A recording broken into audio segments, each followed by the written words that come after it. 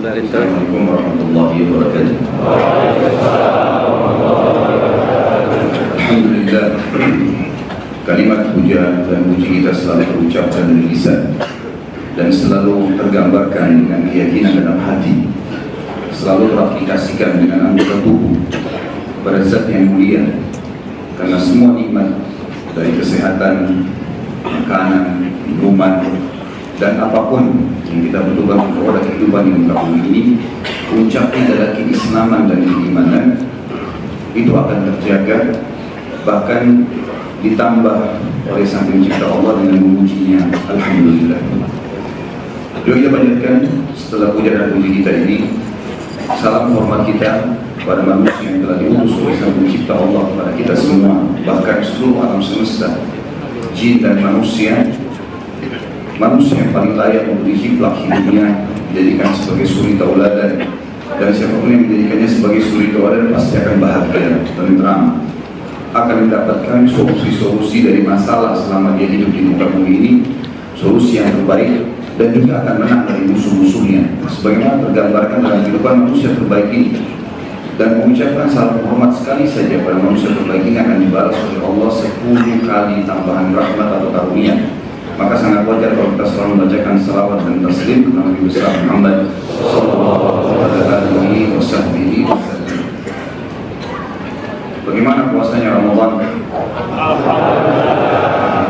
Sudah puasa semua belum? Matanya, telinga, tangannya, kakinya sudah?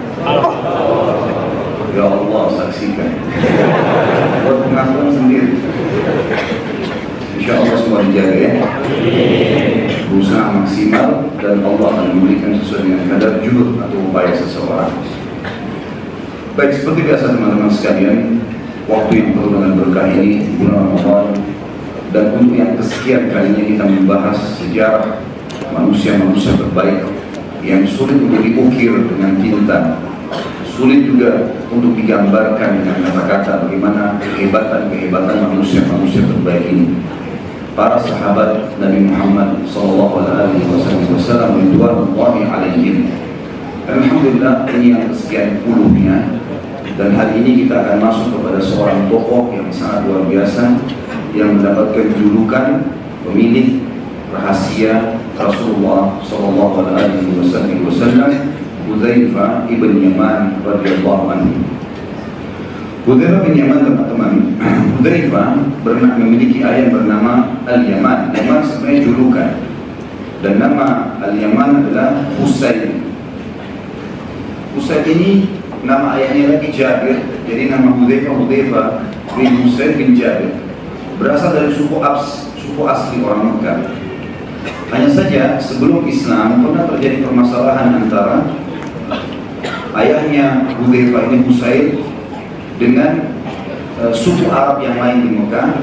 Dia membunuh salah satunya, kemudian dia melarikan diri ke Madinah dan berlindung di Madinah, dinaungi oleh dua suku Arab namanya Aus dan Khazraj yang nanti setelah Islam dikenal dengan Ansar. Dan asli mereka Aus dan Khazraj adalah orang Yaman. Maka gara-gara dia berlindung dan dilindungi di Madinah dinamakan Al-Yaman, maksudnya orang-orang yang dilindungi oleh orang-orang Yaman. Itu asal nama Al-Yaman ayahnya, tapi namanya sebenarnya Husain. Cuma sudah masyhur dengan Hudzaifah bin Yaman radhiyallahu anhu majma'in. Tentu dia dengan ayahnya adalah Muslim, dan ayahnya termasuk salah satu orang yang mati syahid nantinya yang kami kita sampaikan di perang Uhud. Ya. Ibunya pun masuk Islam dan dia adalah asli penduduk Madinah. Terus kalau masalah istrinya, saya belum menemukan nama secara pribadi menurut keterbatasan ilmu saya. Semoga teman-teman bisa dapatkan dari sumber yang lain. Tapi anak-anaknya saya temukan adalah Abdullah. Mungkin belum punya beberapa orang anak, tapi ini yang sangat masyhur, yang beliau diberikan julukan dengan Abu Abdillah. Hudzaifah bin Yaman ini teman-teman sekalian, ibunya bernama Rabah binti Ka'ab al-Ash'ariyah, ya. Ini juga dari asli Madinah tentunya. Beliau memberikan atau mendapatkan beberapa julukan dalam Islam dan akan kita rincikan masalah itu. Pertama, memegang rahasia Rasulullah SAW. Juga beliau terkenal dengan orang yang menyatukan umat Islam dengan mushaf yang satu atau Al-Quran yang satu, di sana Utsman bin Affan. Ada orang yang nanti akan saya ceritakan masalah itu. Kemudian juga dia termasuk sahabat yang mendapatkan jaminan surga, plus akan menjadi pendamping Nabi di surga. Radhiyallahu. Jadi ini punya nilai plus. Ada sahabat-sahabat dikatakan masuk surga dijamin, tapi tidak ada penyampaian bahwasanya akan jadi rekannya Nabi SAW, jadi pendamping Nabi di surga.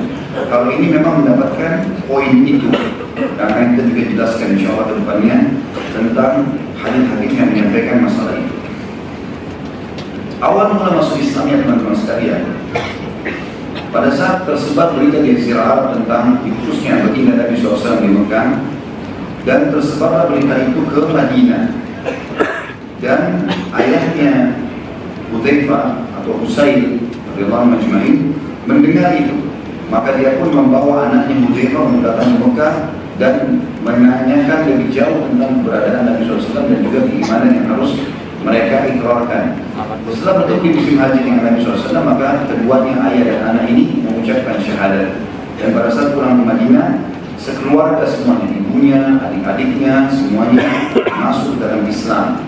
Maka ulama mengatakan Hudzaifah radhiyallahu anhu dengan orang tuanya, keluarganya semua hidup dalam lingkungan keluarga Islam. Juga teman-teman sekalian, pada saat dia sudah syahadat di Mekah, sempat baginda Nabi SAW menawarkan kepada dia. Jadi pada saat dia masuk Islam, ternyata Hudzaifah ini cerdas sekali, banyak bertanya hal-hal, dan nanti akan menjadi ciri khasnya Hudzaifah. Saking cerdasnya, sampai semua orang bertanya fadilah amal kebaikan, keutamaan dari amal kebaikan, dia bertanya tentang keburukan. Dan jarang, bisa dikatakan tidak sahabat yang bertanya begitu. Makanya beliau berkata radhiyallahu anhu, manusia dulu menanyakan kepada Nabi SAW tentang kebaikan, tapi aku bertanya kepada beliau tentang keburukan agar aku tidak terjerumus padanya. Pada kecerdasan ini, Hudzaifah radhiyallahu anhu masuk Islam sudah menanyakan banyak hal kepada Nabi SAW, maka Nabi menawarkan kepadanya satu pilihan yang tidak ditawarkan kepada sahabat-sahabat yang lain. Apakah kamu mau menjadi muhajir, nanti dari Mekah akan hijrah ke Madinah, kau bisa dicatat dalam sejarah dan dalam syariat Allah sebagai muhajir di Mekah, tinggal di sini bersamaku, atau kamu kembali ke Madinah dan nanti setelah saya hijrah kau akan menjadi Ansar, jadi penduduk asli Madinah. Maka kata Hudzaifah, aku adalah Ansar ya Rasulullah, aku adalah Ansar. Maka dengan ini berarti beliau menisbatkan dirinya kepada sukunya yang ada di Madinah. Walaupun sebenarnya Nabi SAW menawarkan ini bukan cuma karena kecerdasan, karena memang ayahnya dari suku Abs tadi, asli penduduk Mekah. Kemudian teman-teman sekalian, Nabi SAW, kita perlu tahu satu hal juga di sini sebelum jauh membahas masalah Hudzaifah. Ada satu ciri khas Nabi SAW yang mesti kita lakukan juga pada sahabat-sahabat dan teman-teman kita. Beliau jeli sekali memilih teman-temannya dan memberikan posisi sesuai dengan keterampilan yang dimiliki.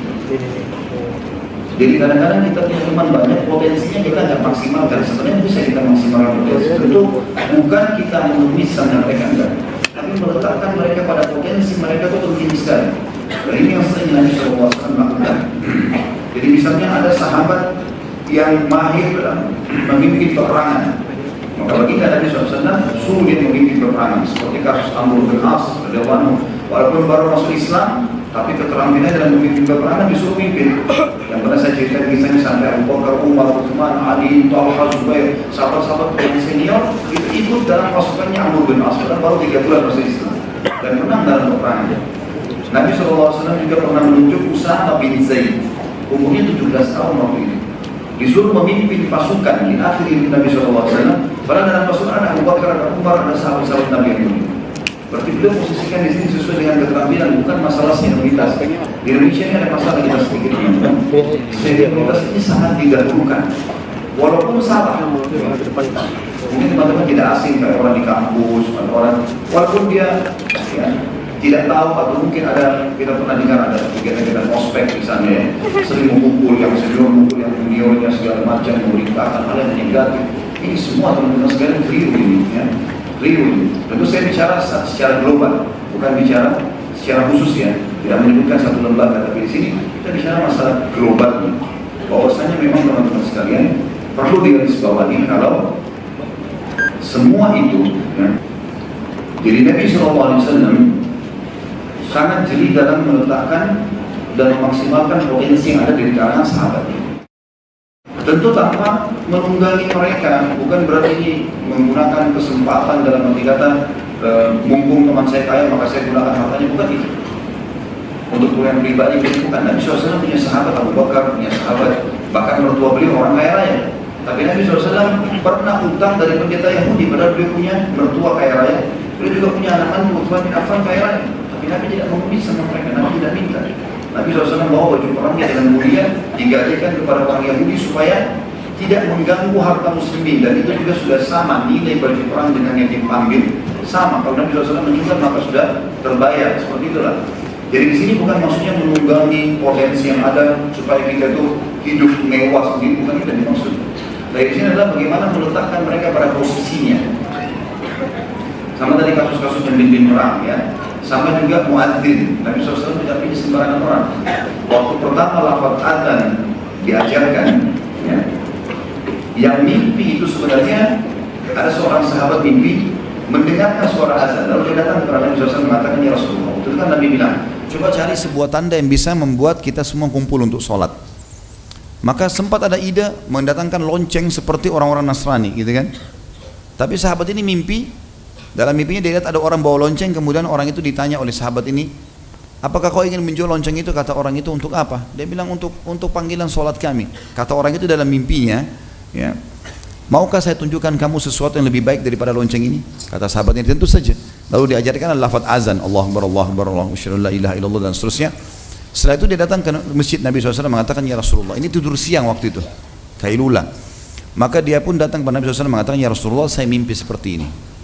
Sahabat ini kata ulama sebenarnya dia mimpi, ya, dia yang tahu lafadznya dan suaranya sudah lumayan.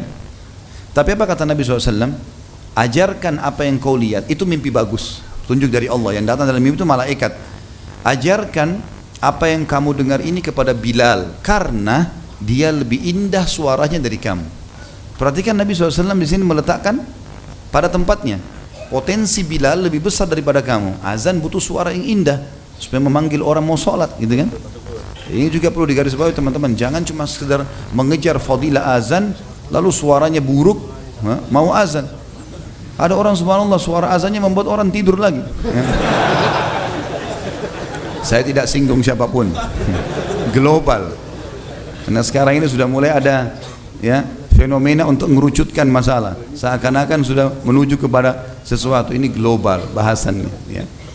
Maka teman-teman sekalian di sini adalah ada orang subhanallah begitu dia azan, dengar azannya saja kita sudah biar ngantuk, hilang ngantuknya, tertarik untuk pergi ke masjid sholat. Maka ini yang dimaksudkan. Tapi Nabi SAW meletakkan potensi itu, ya, pada tempatnya. Dan banyak sekali seperti kasus juga pengelolaan harta, pengumpulan zakat, ya, harus orang-orang yang amanah. Ikrimah bin Abi Jahal yang pernah kita bahas teman-teman sekalian dulu, anaknya Abu Jahal baru masuk Islam, Nabi SAW perintahkan untuk mengumpulin zakat. Ini enggak sembarangan orang ngambil zakatnya, orang banyak. Zakat itu ada unta, ada kambing, ada emas, ada perak, harus orang yang amanah. Dia sembunyikan satu, enggak ada yang tahu. Tapi Nabi SAW suruh Ikrimah yang baru masuk Islam, karena Ikrimah punya kemuliaan jiwa dan dia amanah orangnya. Contoh saja. Begitu pula dengan, tentu banyak contoh-contoh masalah ini, ya. Begitu pula dengan Hudzaifah radhiyallahu anhu. Hudzaifah, Nabi SAW melihat anak ini punya potensi yang luar biasa, dia bisa dititipkan rahasia. Kalau disampaikan sesuatu, jangan sampaikannya, iya enggak, udah.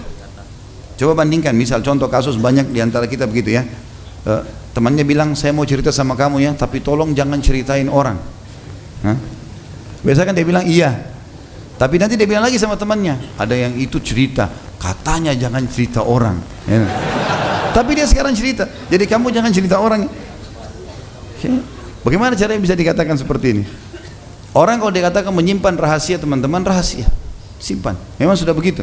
Dan itu potensi tidak semua orang miliki. Ada orang subhanallah kita korek apapun dia tidak bisa, dia tidak sampaikan.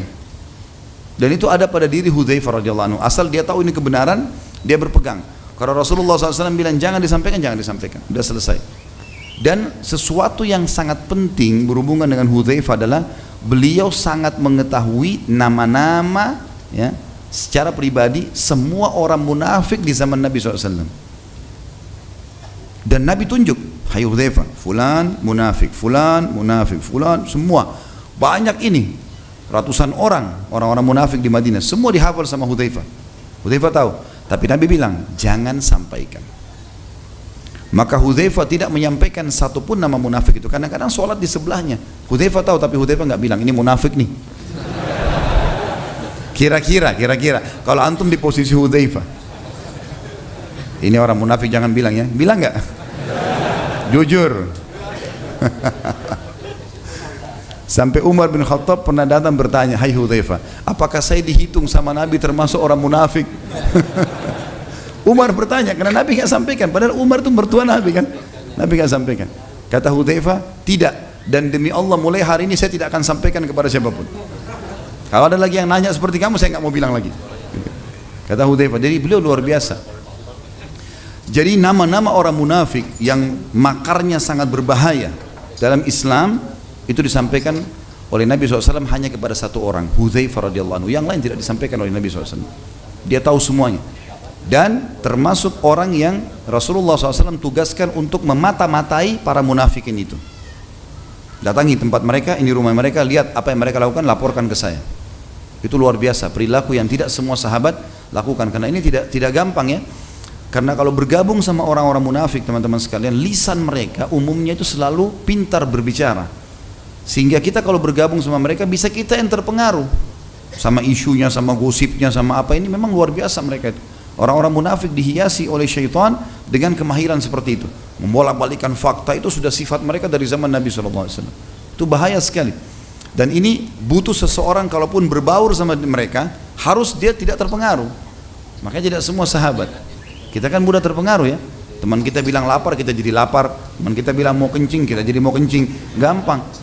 Apalagi kalau sudah ceritain berita-berita tentang hal-hal yang besar, maka kan pasti akan lebih luar biasa.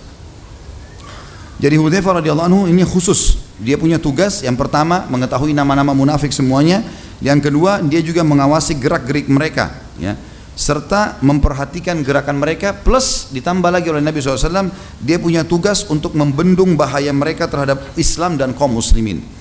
Ini pelajaran juga teman-teman sekalian ya, bahwasanya orang munafik di tengah-tengah umat Islam itu akan ada sampai menjelang hari kiamat. Jangan terpengaruh dengan nama. Namanya bisa nama Islam, tapi kita bisa lihat dari ciri globalnya. Benci dengan Islam, benci dengan orang-orang yang saleh, selalu mencari-cari kesalahan Al-Quran. Ciri-ciri munafik sudah ada dari zaman Nabi, jelas. Al-Quran bilang enggak, dia bilang boleh. Ini ciri kemunafikan. Orang-orang yang patuh kepada agama diolok-olok. Memang itu sudah begitu mereka lakukan di zaman Nabi SAW. Dan ini malah munafik yang tulen. Jadi munafik ada dua ya. Ada munafik yang tulen, ini artinya memang betul-betul dia bukan Islam, namanya Islam, pura-pura pakai nama Islam, berpenampilan seperti kaum muslimin, menggunakan retorika bahasa seperti umat Islam, begitulah, hafal beberapa ayat, tapi dia seperti Abdullah bin Abi Salul di zaman Nabi SAW. Jelas, satu Madinah tahu kalau dia orang munafik. Cirinya dari mana? Selalu begitu. Kalau Nabi SAW berikan instruksi A, dia bilang enggak. Nabi bilang medan jihad, panas, enggak usah jihad. Sedekah, ini orang riak nih, sengaja supaya orang tidak sumbang gitulah. Dia selalu masuk ke muslimin untuk menghadang perbuatan baik itu. Sampai orang-orang munafik di Madinah yang tulen ini kadang-kadang kalau ada waktu Nabi SAW panggil perang Tabuk, ayo perang, jihad. Ada Nabi SAW bilang bersedekahlah. Ada sahabat datang bawa banyak sekali harta. Tidak disebutkan nama orang ini, tapi harta banyak sekali dibawa. Orang-orang munafik ada di situ. Bagaimana caranya supaya mereka mengkanter jihad ini atau minimal mengurangi potensinya? Gitu kan?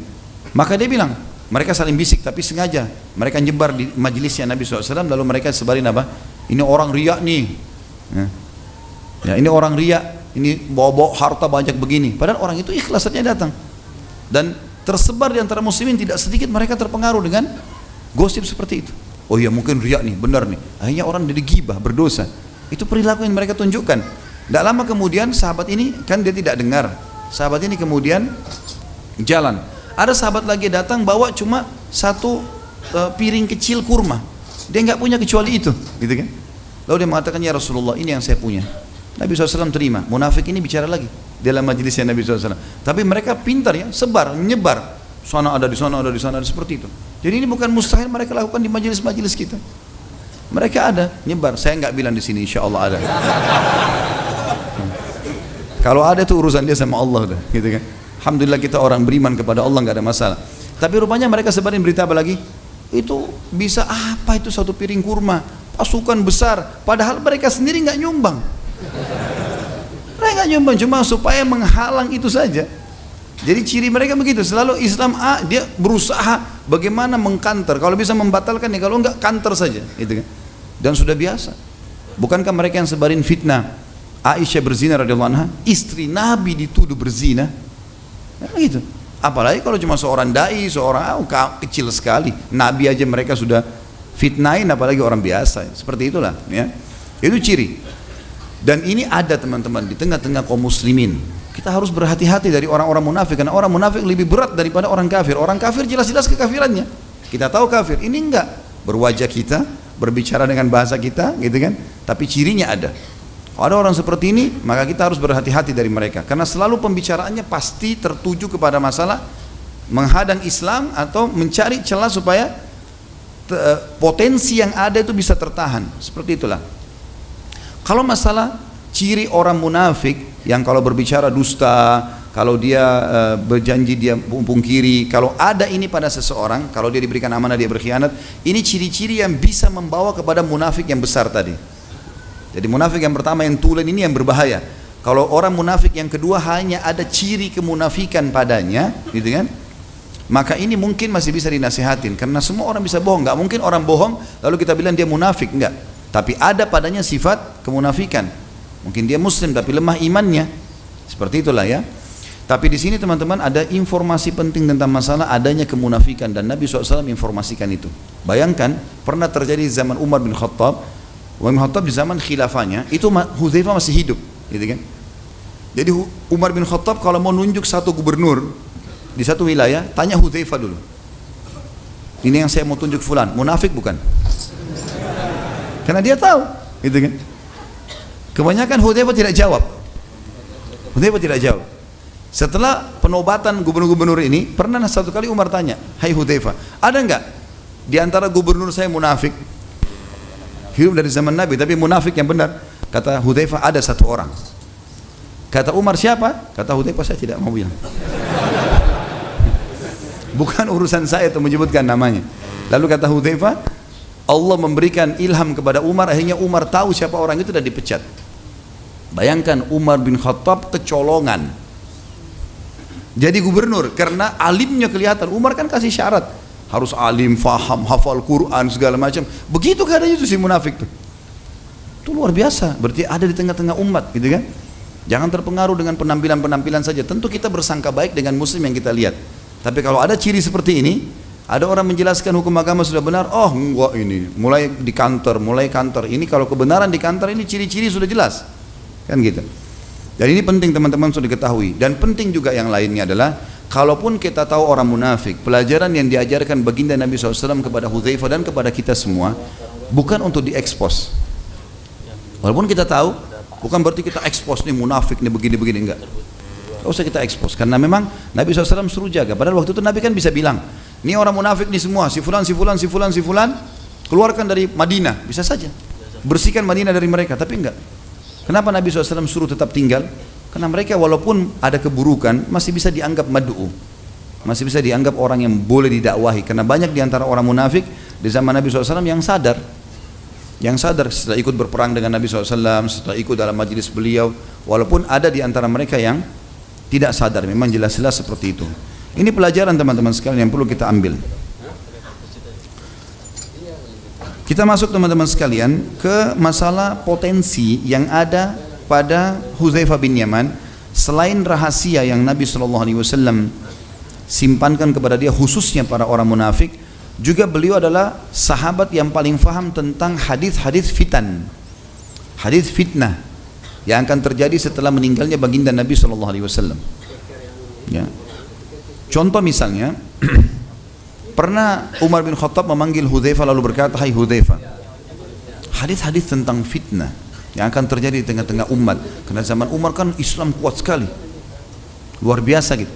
Kata dia, hai Hudzaifah, apa pintunya fitnah itu? Pintunya apa? Gitu kan? Kata Hudzaifah, Anda pintunya hai Amirul Mukminin. Anda pintunya. Lalu kata Umar, pintu itu akan dirusak atau cuma dibuka? Kata Hudzaifah, akan dirusak. Kata Umar, kalau begitu tidak akan pernah bisa diperbaiki. Waktu itu banyak orang dengar tapi nggak faham pembicaraan dua orang ini. Sekarang setelah berkembang waktu segala macam, ulama banyak yang menanggapi, ternyata Allah membukakan kepada kita apa maksud dua orang sahabat berbicara ini. Umar bin Khattab tanya, fitnah-fitnah yang Nabi bilang muslimin akan saling membunuh, banyak korban, apalah segala macam, tanda-tanda kiamat akan keluar, itu kapan mulai terjadi? Pertanyaan Umar, siapa pintunya atau di mana pintunya? Maksudnya kapan dia mulai terjadi? Kata Hudzaifah, Anda pintunya. Maksudnya selama Anda hidup nggak ada fitnah itu. Berarti Umar pintunya radhiyallahu anhu. Memang di zaman Umar nggak ada. Orang kalau ketahuan salah dihukum berat. Nggak ada main-main zaman Umar gitu kan. Memang tegas. Sampai kata Nabi SAW, saya melihat syaitan jin dan syaitan manusia lari dari Umar. Jadi manusia pun tidak berani, yang syaitan-syaitannya manusia lari semua dari Umar gitu kan. Maka pertanyaan Umar yang mengatakan apakah pintunya dirusak atau dibuka? Pertanyaan ini maksudnya apa? Apakah nanti saya dibunuh atau enggak? Karena kalau dirusak mesti dibunuh. Saya mati nanti dibunuh atau itu hanya sekedar karena saya mati biasa kemudian lalu fitnah itu mulai terjadi? Kata Hudzaifah, dirusak. Maksudnya Anda dibunuh. Bahasanya tidak semua orang faham, gitu kan? Maka Umar mengatakan kalau begitu tidak akan pernah bisa diperbaiki. Kalau betul-betul saya mati dibunuh nanti, ya, maka tidak bisa diperbaiki lagi fitnah itu. Karena khalifah sudah dibunuh, sahabat Nabi, mertua Nabi, orang yang terkenal dengan potensi yang luar biasa dalam Islam, itu dibunuh. Seperti itulah teman-teman sekalian. Baik, Hudzaifah diantaranya misal mengatakan hadis yang masyhur tentang masalah fitnah. Dan hadis ini teman-teman sekalian diriwayatkan Imam Bukhari nomor 453 dan 454. Oh mohon maaf, ini halamannya ya, tapi nomor hadisnya 3606 ya. Cukup panjang saya bacakan. Dari Hudzaifah radhiyallahu anhu ia berkata, "Kana an-nasu yas'aluna Rasulullah sallallahu alaihi wasallam 'anil khair wa kuntu as'aluhu 'anil syarri makhafata an yudrikani. Faqultu ya Rasulullah, inna kunna fi jahiliyatin wa syarr. Faja'ana Allah bihadzal khair. Fahal ba'da hadzal khairi min syarr?" Qala na'am. Qultu wa hal ba'da hadha syarri min khair? Qala na'am. Wa fihi dakhan. Qultu wa ma dakhnu? Qala qaumun yahduna bighairi hadi ta'rifu minhum wa tunkir. Qultu fa hal ba'da hadha al-khairi min syarr? Qala na'am. Du'atun ila abwabi jahannam man ajabahum kadzafuhu fiha. Qultu ya Rasulullah sifhum lana. فقال هم من جلدتنا ويتكلمون بألسنتنا. قلت فما تأمرني إن أدركني ذلك؟ قال فاعتزل تلك الفرق كلها ولو أن تعضى بأصل الشجرة حتى يدركك الموت وأنت على ذلك. Terjemahannya, orang-orang banyak berkata, kata Hudzaifah radhiyallahu anhu, orang banyak bertanya kepada Nabi SAW tentang kebaikan, sedangkan aku bertanya kepada beliau tentang keburukan karena khawatir akan menimpahku. Aku berkata, wahai Rasulullah, dulu kami dalam masa jahiliyah sebelum Anda diutus, dan keburukan ya, masa jahiliyah itu bodoh sekali, tidak ngerti hukum dengan Allah, tidak tahu Allah siapa. Kemudian kami keburukan banyak kami lakukan, makan bangkai, berzina, membunuh anak dan seterusnya. Lalu Allah menghadirkan kebaikan ini pada kami. Islam datang. Sekarang kami tentram, Anda datang. Pertanyaan jelinya di sini, tidak semua sahabat nanya ini. Kata beliau, apakah setelah kebaikan ini ada keburukan? Nanti kalau Anda meninggal, tapi bahasa santunnya begitu. Apakah setelah kebaikan ini ada keburukan? Orang banyak nggak paham nih. Ternyata beliau bertanya dengan santun kepada Nabi SAW, ya Rasulullah, ini kan Anda datang sekarang baik nih, Anda utusan Allah. Kalau Anda mati nanti, ada keburukan nggak? Terkembali nggak kita seperti jahiliyah dulu? Mulai saling bunuh, mulai segala macam, berbuat segala macam ini, sembah berhala. Maka kata Nabi SAW, ya, Aku bertanya lagi, artinya akan terjadi itu setelah Nabi SAW meninggal. Apakah setelah keburukan itu ada kebaikan?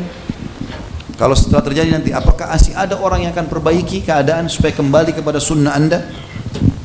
Beliau menjawab, iya. Namun di sana ada kabutnya. Jadi setelah terjadi fitnah, kemudian kembali lagi kebaikan. Lalu kata Nabi SAW, tapi pada saat itu ada kabutnya. Kata Hudzaifah, apa kabut itu ya Rasulullah? Beliau menjawab, suatu kaum yang mengambil selain petunjukku, engkau menerima dan mengingkari perbuatan mereka. Ya. Artinya ada orang yang mengaku Islam nanti, tapi mereka tidak mau ambil petunjuk dari aku. Ini sudah banyak untuk kita tahu dari perbuatan bidah-bidah yang terjadi. Mereka tidak mau, Rasulullah tidak kerjakan, pokoknya saya tidak mau tahu, saya mau kerjain. Ya sudah. Ya. Seperti itulah kurang lebih yang mereka lakukan. Di sini kata Nabi SAW, kaum yang mengambil, kaum maksudnya dari kaum muslimin yang tidak ambil, ya, atau mengambil selain petunjukku, engkau menerima dan mengingkari perbuatan mereka. Kalau kau dalam keadaan sunnahku, kau akan memungkiri perbuatan mereka. Aku bertanya, apakah setelah kebaikan itu ada keburukan? Setelah saya nanti mengingkari keburukan mereka itu, kemudian kebaikan mulai lagi tersebar, apakah ada keburukan lagi setelahnya? Kata Nabi SAW, iya, akan tersebar para penyeru ke pintu-pintu Jahannam atau dai-dai yang memanggil kepada neraka Jahannam. Siapa yang menjawab seruan mereka, maka mereka akan melemparkan penyeru itu, yang ikut itu, ke dalam api neraka. Aku berkata, wahai Rasulullah, jelaskan ciri-ciri mereka kepada kami. Siapa yang dianggap oleh Nabi SAW itu dai-dai yang membawa kepada neraka Jahannam? Beliau bersabda, mereka dari kalangan kita. Sebagian ulama hadis mengatakan turunan Arab atau dari kalangan muslimin, dan berbicara dengan bahasa kita seperti cara-cara umat Islam berbicara. Aku bertanya, apa yang anda perintahkan jika aku mendapati zaman itu? Maka beliau menjawab, hendaklah engkau berpegang kepada jamaah kaum muslimin dan imam mereka. Artinya ikuti mayoritas kaum muslimin, jangan ikut-ikutan dengan kelompok-kelompok ini. Aku bertanya, bagaimana jika mereka tidak mempunyai jamaah dan imam? Kalau seandainya saya mau ikut jemaah muslimin tapi tidak ada, mayoritasnya tidak ada, tidak terbentuk, tidak ada pemimpin yang memimpin mereka. Beliau menjawab, jauhi kelompok-kelompok tersebut semuanya, sekalipun engkau harus menggigit akar pohon sampai kematian menjemputmu, sementara engkau senantiasa demikian. Maksudnya adalah teman-teman sekalian tetap berpegang pada sunnahku, karena tadi kan dikatakan akan mengikuti selain petunjukku, itu cirinya. Maka kalau terjadi orang-orang yang jauh dari petunjuk baginda Nabi SAW, kita harus hindari semua kelompok-kelompok itu. Sebagian ulama yang mengatakan mereka adalah turunan Arab, munculnya di Jazirah Arab orang-orang yang akhirnya membawa pemahaman-pemahaman yang menghalalkan darah muslimin, ya, seperti sekarang banyak sekali, gitu kan? Mereka menghalalkan boleh membunuh sama umat Islam yang tidak sefaham dan segala macam, atau mengkafirkan, ya, tanpa ada hujjah atau argumentasi yang jelas. Ini semua termasuk dalam penyampaian tadi. Hadis yang lain, Hudzaifah radhiyallahu anhu juga menyampaikan, hadis riwayat Imam Muslim nomor 2891, dan Imam Ahmad juga meriwayatkan nomor 388 dan 407. Hudzaifah radhiyallahu anhu berkata, wallahi inni la'alamun nasi bi kulli fitnatin hiya kainatun fima baini wa bainas sa'ah. Demi Allah, sesungguhnya aku adalah orang yang paling mengetahui setiap fitnah yang terjadi, yang ada di antara aku dan hari kiamat. Artinya Hudzaifah radhiyallahu anhu mengetahui semuanya, tidak terkecuali, dan saking cerdasnya, hafalannya kuat sampai beliau tahu satu persatu kejadian. Bahkan sebagian ulama hadis mengatakan beliau mengetahui kapan terjadi, waktunya. Fitnah ini dulu, baru fitnah ini, bagaimana prosesi terjadi, bagaimana keluar dari fitnah itu, ya, berapa besar efeknya nanti fitnah yang keluar datang, dan seterusnya, seperti itulah. Dan beliau mengatakan antara aku dan sampai hari kiamat, maksudnya antara di zaman Nabi SAW sampai hari kiamat, semua beliau tahu. Dan ini teman-teman pelajaran juga di sini, kalau bolehnya seseorang yang menguasai sebuah bidang dan dia mengatakan, atau keterampilan dia mengatakan saya ahlinya. Misal mati lampu, kemudian dibutuhkan siapa nih yang bisa, kita tanyain. Misalnya ada satu orang ikhwan mengatakan, oh saya tahu, saya ahlinya di bidang listrik itu, kemudian dia coba menunjukkan keterampilannya itu. Ini dibolehkan. Seperti juga dalam peperangan Nabi SAW bertanya, kalau ada musuh yang mengajak duel, siapa yang mau duel, maksudnya siapa yang punya keterampilan untuk ini, tidak usah semuanya maju. Ada orang subhanallah berani pada saat rame-rame, ada orang kalau sendiri nggak berani, dia duel nggak berani gitu. Maka Nabi SAW tanya, siapa yang mau? Siapa yang punya keterampilan di sini? Kalau ada sahabat berdiri baru ditunjuk oleh Nabi SAW. Maka ini boleh teman-teman menyampaikan masalah itu. Dan tidak boleh sebaliknya seseorang bukan ahlinya berbicara di bidang yang bukan ahlinya dia. Kata Nabi SAW, siapapun ya, kalau perkara itu dikembalikan bukan pada ahlinya maka tunggulah kehancuran. Sekarang begitu banyak orang tidak faham agama bicara masalah agama, hanya kena performance saja gitu kan. Ini bahaya sekali. Sama dengan orang tidak faham listrik bicara masalah listrik, konslet semua nih, ya. Kemudian hadis selanjutnya adalah hadis Nabi SAW dari Hudzaifah juga radhiyallahu anhu, dia berkata,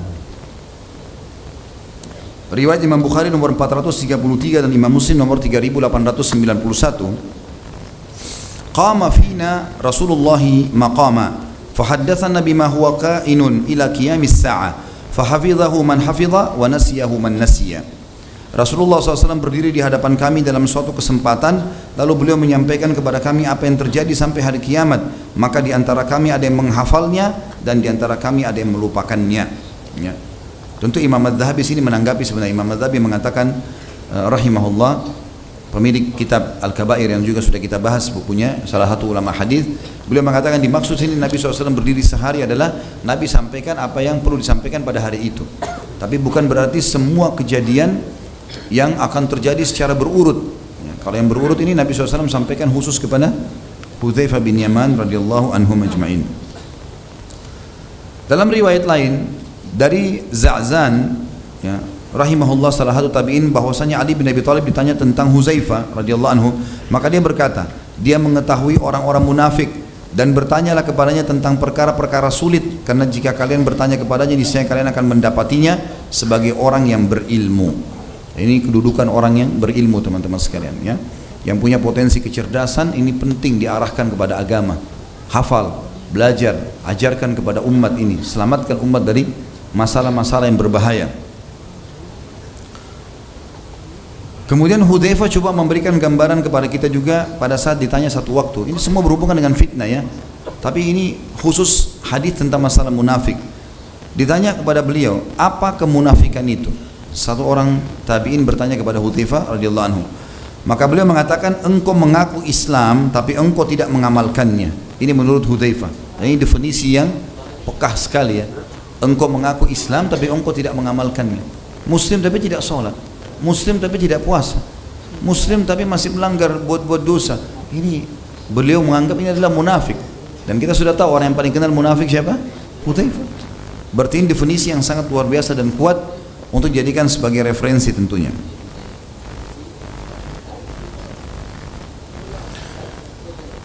Nabi SAW teman-teman sekalian pernah memohon ampun untuk Hudzaifah radhiyallahu anhu dalam kehidupan beliau, ya, bersama dengan ibunya. Jadi ibunya masuk Islam, tentu sudah kita katakan bersama dengan ayahnya. Dan Hudzaifah radhiyallahu anhu satu waktu pernah pulang ke rumah, lalu ditanya oleh ibunya, sudah berapa lama kau berteman dengan Nabi SAW? Maka Hudzaifah mengatakan, sejak saat ini dan itu. Lalu ibuku menyalahkanku dan mencelaku, lalu aku berkata kepadanya, biarkan aku. Maksudnya ibunya mengatakan, kenapa cuma sekian waktu kau habiskan waktu sama Rasulullah, mestinya lebih lama. Ibunya ingin lebih banyak belajar gitu kan. Maka kata Hudzaifah, biarkan aku ibu, aku akan tanya ini kepada Nabi SAW, apakah waktu yang kau luangkan sudah cukup atau tidak. Lalu kemudian kata Hudzaifah, aku pun mengikuti Nabi SAW sholat maghrib berjamaah. Setelah itu, ya, orang-orang sudah mulai berpisah dengan Nabi SAW karena Nabi SAW pulang ke rumahnya, ya. Jadi antara maghrib isya beliau pulang ke rumahnya dan aku pun mengikutinya, ya. Maaf, dalam riwayat begini, beliau sholat maghrib bersama para sahabat, lalu beliau duduk di masjid, pulang setelah sholat isya. Tadi saya keliru, ya. Kemudian aku pun mengikutinya, kata Hudzaifah. Setelah itu ada seseorang yang lewat, ya. Jadi tinggal Nabi SAW dan Hudzaifah di belakangnya, tidak ada orang lain. Hudzaifah sebagai adab seorang murid kepada gurunya, maka dia tidak langsung memotong sementara lagi jalan. Dia tunggu kapan berhenti. Nabi SAW berhenti, sudah dekat rumahnya, baru Hudzaifah bertanya. Waktu lagi sementara menuju ke rumah Nabi SAW, dan Nabi SAW tahu ada Hudzaifah di belakang, maka lewat seseorang mengucapkan salam kepada Nabi SAW. Nabi jawab salamnya, dan orang itu pergi. Baru Nabi SAW berhenti di depan pintu rumahnya. Hudzaifah lalu ditanya oleh Nabi SAW, ada apa wahai Hudzaifah? Kenapa kamu ikut seperti ini? Dia ceritakan, ya Rasulullah, sesungguhnya aku punya masalah dengan ibuku, masalah sederhana tadi. Ibuku menganggap potensi waktu yang aku gunakan untuk anda masih kurang, dan akhirnya beliau menyalahkanku. Aku datang untuk anda beristighfar kepada Allah untukku dan untuk ibuku. Kata Nabi SAW, hai Hudzaifah, apa kau tahu tadi siapa yang mengucapkan salam kepada aku itu? Kata Hudzaifah, tidak ya Rasulullah. Kata Nabi SAW, itu malaikat yang turun belum pernah turun sebelumnya, khusus meminta izin kepada Allah untuk menyampaikan kepadaku sesuatu. Maka Nabi SAW mengatakan dalam hadis ini diriwayatkan Nasa'i nomor 193, bunyinya adalah Rasulullah SAW bersabda, Ghafarallahu laka wa li ummika, sesungguhnya aku memohon agar Allah bisa memaafkan engkau dan ibumu. Karena tadi kan minta diistighfari, dan ini juga pelajaran boleh kita datang kepada orang yang masih hidup dan kita anggap saleh, mohon agar dia memohon ampun kepada Allah untuk kita. Sebagaimana juga Nabi SAW pernah perintahkan Ali dan Umar radhiyallahu anhum ajma'in untuk meminta dimohonkan ampun oleh Uwais Al-Qarni kalau bertemu, gitu kan. Amar ra'aita al-'arida alladhi arada li qabl, tidakkah kau lihat siapa yang lewat tadi di sebelahku itu? Qultu bala, maka Hudzaifah berkata, iya. Qala huwa malakun minal malaika lam yahbit ilal ardi qabla hadhihi al-laila, sesungguhnya dia malaikat yang turun malam ini ke bumi, yang belum pernah turun selama ini di bumi kecuali malam ini saja. Ista'dzana rabbahu an yusallima alayya, dia izin kepada Tuhannya khusus untuk mengucapkan salam kepadaku. Wa basyarani annal Hasan wal Husaina sayyida syababi ahlil jannah wa anna Fatimata sayyidatu nisa'i ahlil jannah, dan ia menyampaikan berita gembira kepadaku bahwasanya cucuku Hasan dan Husain adalah pemimpin anak-anak muda surga, dan Fatimah anaknya Nabi SAW adalah tuan dan pemimpin wanita ahli surga radhiyallahu anhum ajma'in. Jadi Fatimah adalah wanita yang sangat mulia, Al-Batur radhiyallahu anha, ya, wanita yang sangat dimuliakan dalam Islam dan pemimpin ahli surga, wanita ahli surga. Dia dan ibunya Khadijah masyhur, ada 4 pemimpin ahli surga. Kata Nabi SAW, 4 wanita ahli surga pemimpinnya, ya, ada Khadijah, ada Asia istrinya Fir'aun, ada Maryam, dan ada Fatimah. Ini keutamaan tentunya. Di sini teman-teman sekalian adalah kita lihat bagaimana Nabi SAW memohon ampun untuknya, dan ini sebuah keutamaan sebenarnya. Hudzaifah termasuk orang yang sangat takut kepada Allah dalam keadaan rahasia maupun terang-terangan, dan dia tidak suka kalau seseorang bisa mengetahui amalnya. Sampai salah satu statement yang masyhur dia sebutkan, dia bilang, saya berharap bisa tidak dikenal oleh orang, ya, ada yang mengelola harta saya, dia punya usaha kebetulan, ada yang mengelola harta saya, kemudian saya masuk ke dalam rumah saya dan saya beribadah kepada Allah sementara tidak ada yang melihat saya sampai saya meninggal dunia. Artinya ingin merahasiakan ibadahnya. Hudzaifah radhiyallahu anhu teman-teman pernah menangis di dalam sholatnya, lagi sholat, diriwayatkan dari Al-A'mash rahimahullah. A'mash ini salah satu perawi hadis yang namanya Sulaiman bin Mahran rahimahullah. Beliau banyak meriwayatkan hadis, ya, termasuk dalam riwayat Bukhari. Beliau berkata, Hudzaifah pernah menangis dalam sholatnya. Selesai sholat dia menengok, ternyata dia melihat seseorang di belakangnya. Maka dia berkata kepada orang itu, tolong jangan beritahukan siapapun tentang hal ini, maksudnya tentang tangisannya. Hudzaifah sempat tidak hadir teman-teman di perang Badar, padahal beliau penduduk Madinah, dan perang Badar perang mulia, mestinya dia hadir, tapi ada rahasianya. Disebutkan dalam riwayat teman-teman sekalian, dan riwayat ini riwayatkan Imam Muslim nomor 1778.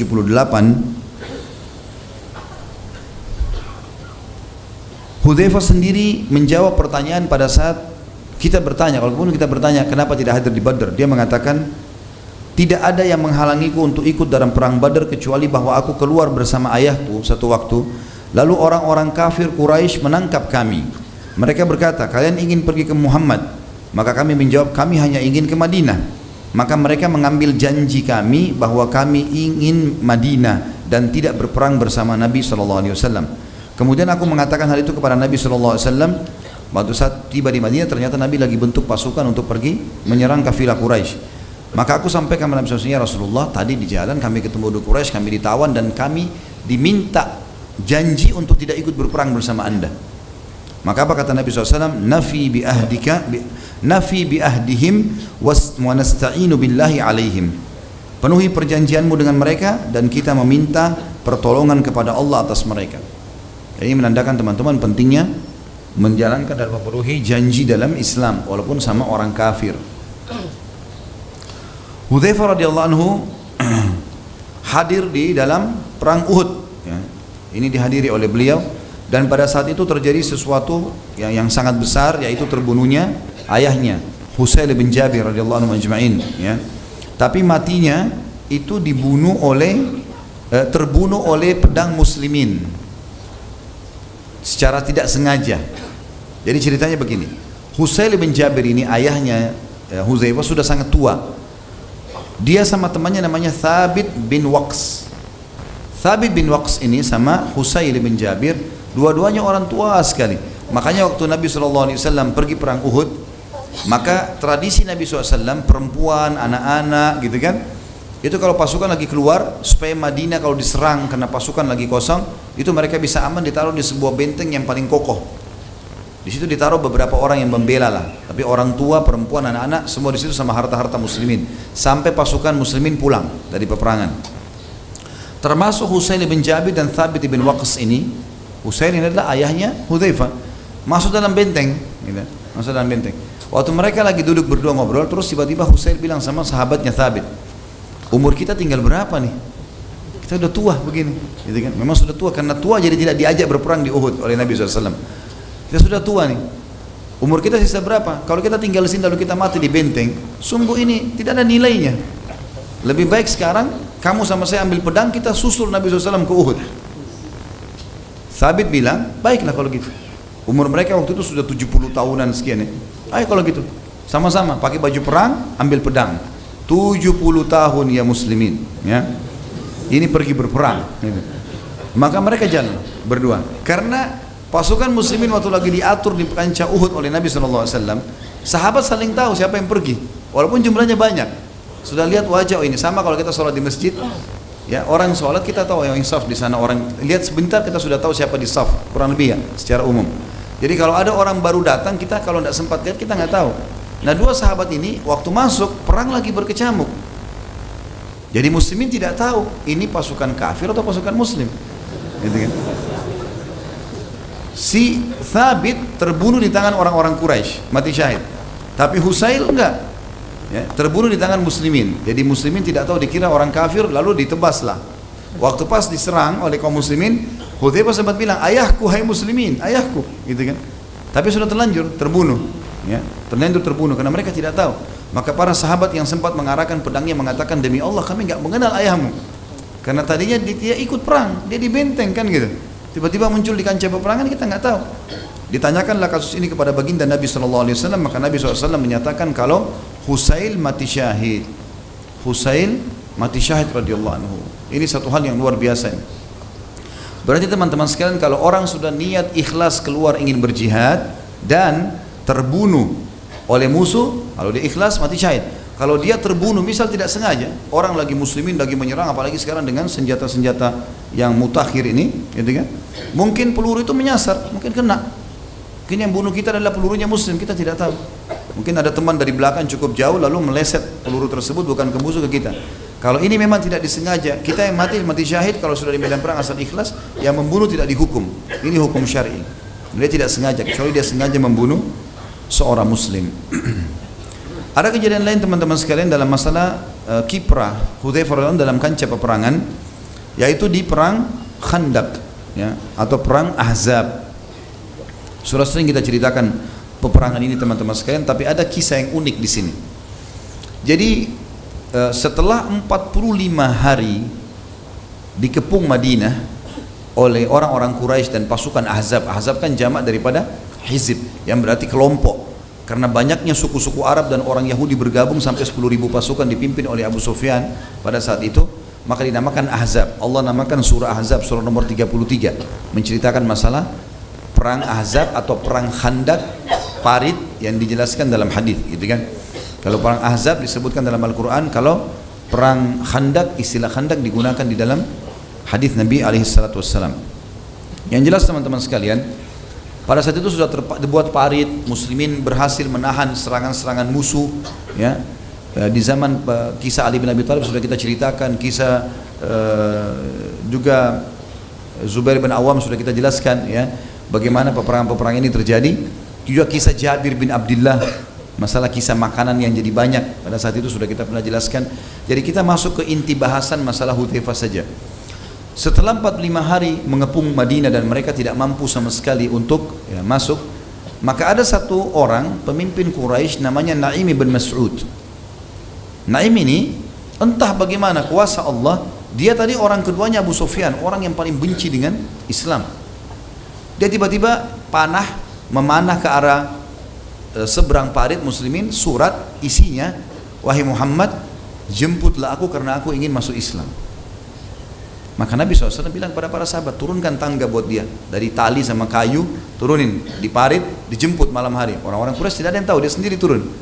Datang Naim bin Mas'ud, betul-betul dia masuk Islam, syahadat. Nabi SAW gembira, gitu kan? Ini pimpinan Quraisy, tidak ada apa-apa nih. Allah SWT utus dia datang, dan ini sebab kemenangan muslimin di perang Ahzab, salah satunya. Naim bin Mas'ud ini, radhiyallahu anhu, pada saat sudah masuk Islam, dia mengatakan, hai Muhammad, ya Rasulullah, dia mengatakan setelah masuk Islam. Tadinya sebelum masuk Islam, dia, hai Muhammad, saya mau syahadat. Lalu Nabi SAW syahadatkan. Lalu dia mengatakan, ya Rasulullah, setelah masuk Islam, utus saya, perintahkan apa saja. Apa saja. Ya. Kata Nabi SAW, kau satu orang, hai Naim.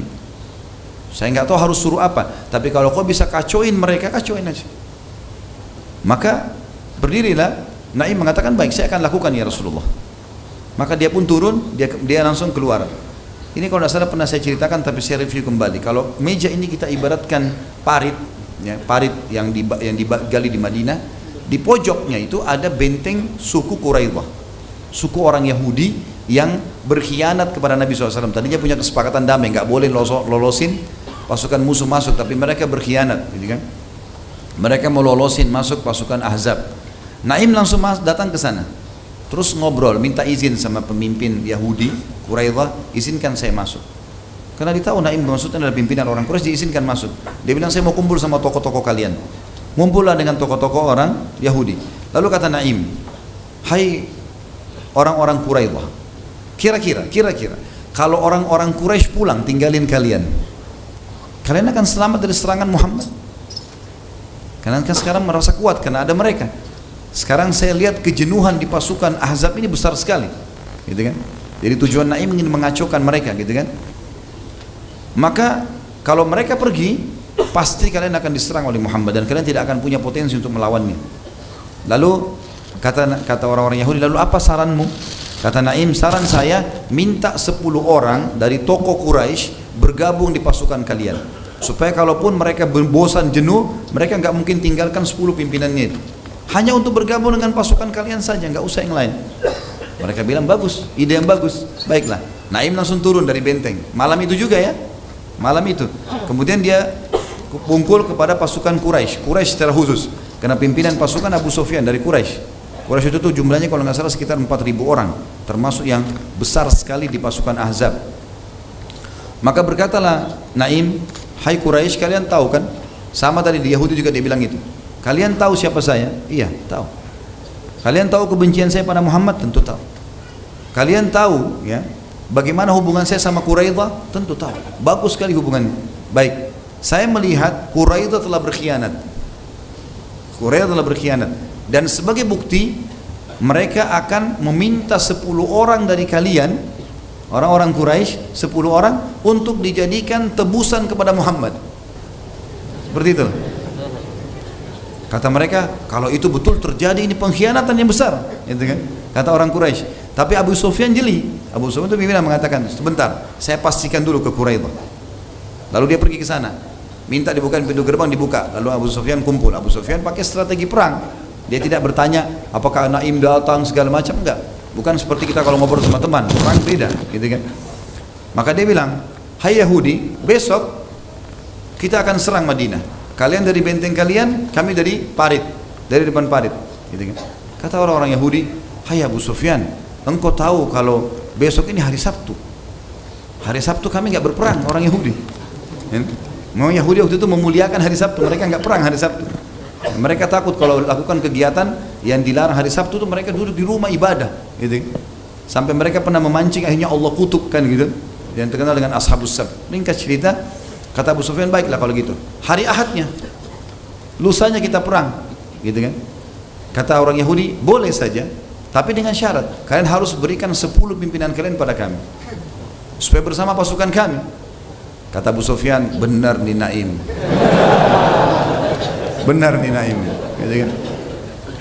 Maka Abu Sufyan pulang. Malam itu juga pulang, kumpulin orang-orang, gitu kan.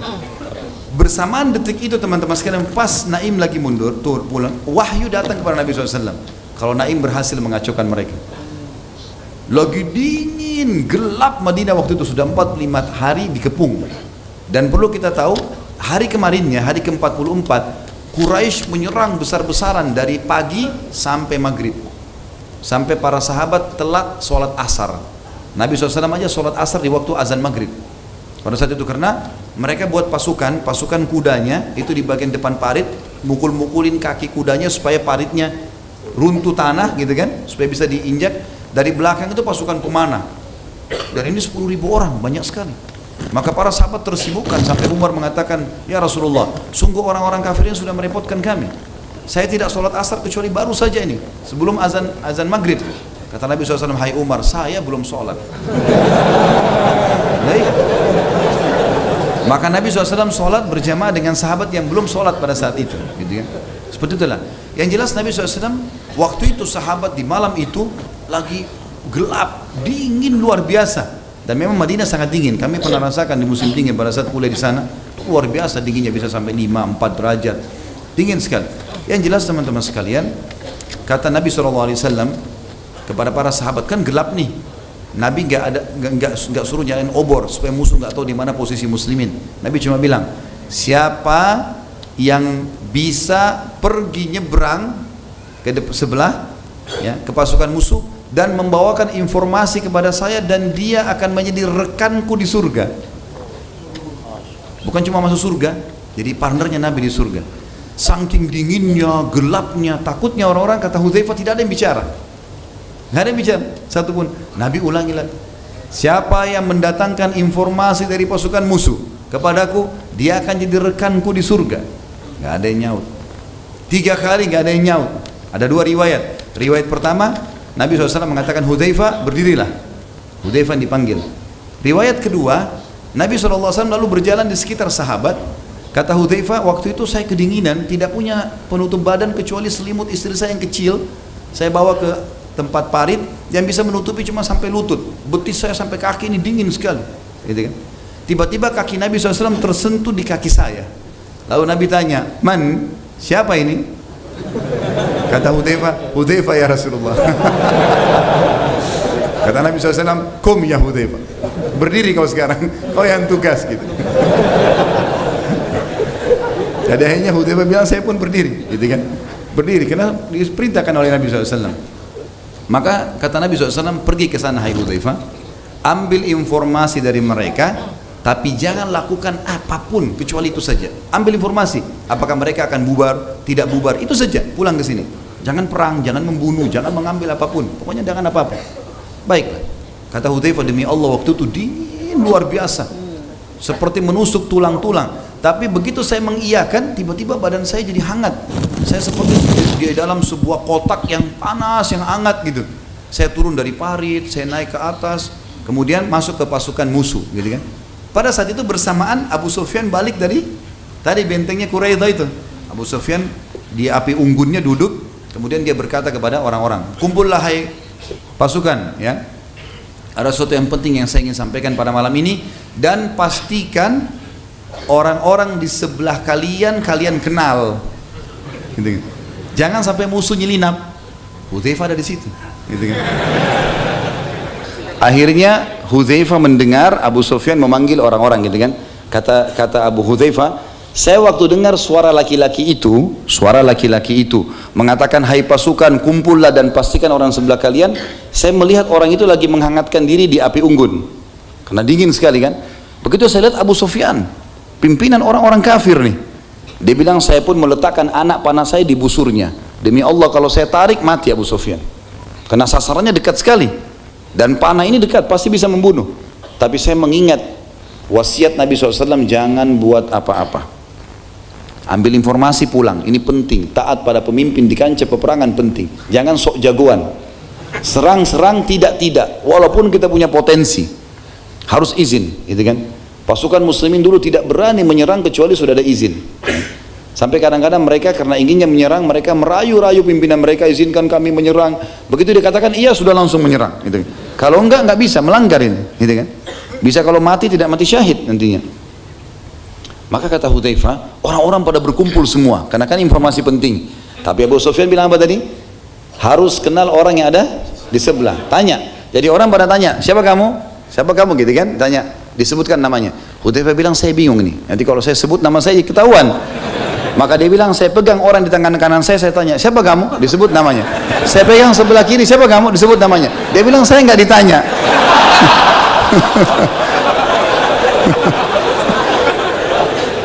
Ini kecerdasan. Sampai dia bilang, saya nggak ditanya akhirnya. Setelah itu dia bilang, saya dengar Abu Sufyan bicara, ada berita penting, Quraidah telah berkhianat, dan hai manusia, malam ini angin. Pas waktu itu angin berhembus, kata Hudzaifah, keras sekali, sampai tidak ada kemah, tidak ada kendi-kendi air, panci-panci, semuanya Quraisy terbongkar semua. Kuda-kuda pada lepas dari talinya, gitu kan. Kata Abu Sufyan, Quraisy sudah berkhianat dan kalian lihat angin ini begini kencang. Tidak ada alasan untuk kita tinggal, maka saya perintahkan kalian pulang. Kata Hudzaifah, begitu dengar kata-kata pulang, ternyata memang kejenuhan di pasukan Quraisy, pasukan Ahzab sudah sangat besar. Mereka pun saling mengatakan, pulang, kita sudah dapat perintah. Maka mereka pun semua pulang pada malam itu. Kata Hudzaifah radhiyallahu anhu, saya pun pulang. Saya pun pulang, kemudian saya menyeberang Khandaq sampai masuk ke kemah Nabi SAW. Nabi SAW lagi sholat malam. Dia bilang, saking dinginnya, saya begitu masuk kemah, gitu kan, begitu masuk kemah, tadinya hangat, dingin itu kembali hilang. Jadi tadi itu hangat cuma Allah kasih untuk mendatangi musuh saja, gitu kan. Dia bilang dingin sekali, tiba-tiba saya menggigil, kemudian saya duduk menjongkok, gitu ya.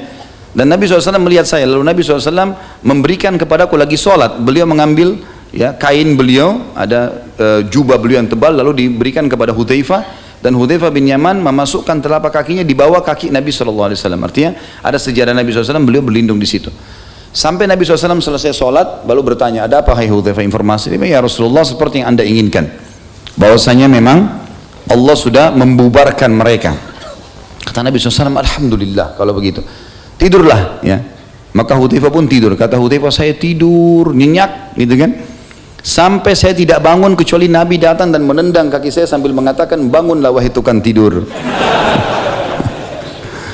Dan pada saat saya bangun, gitu kan, sholat subuh, kemudian saya melihat pasukan Ahzab sudah bubar. Tapi ini termasuk disebutkan oleh para ulama tentang bagaimana keberanian Hudzaifah radhiyallahu anhu untuk menyeberang ke musuh. Ini nggak gampang.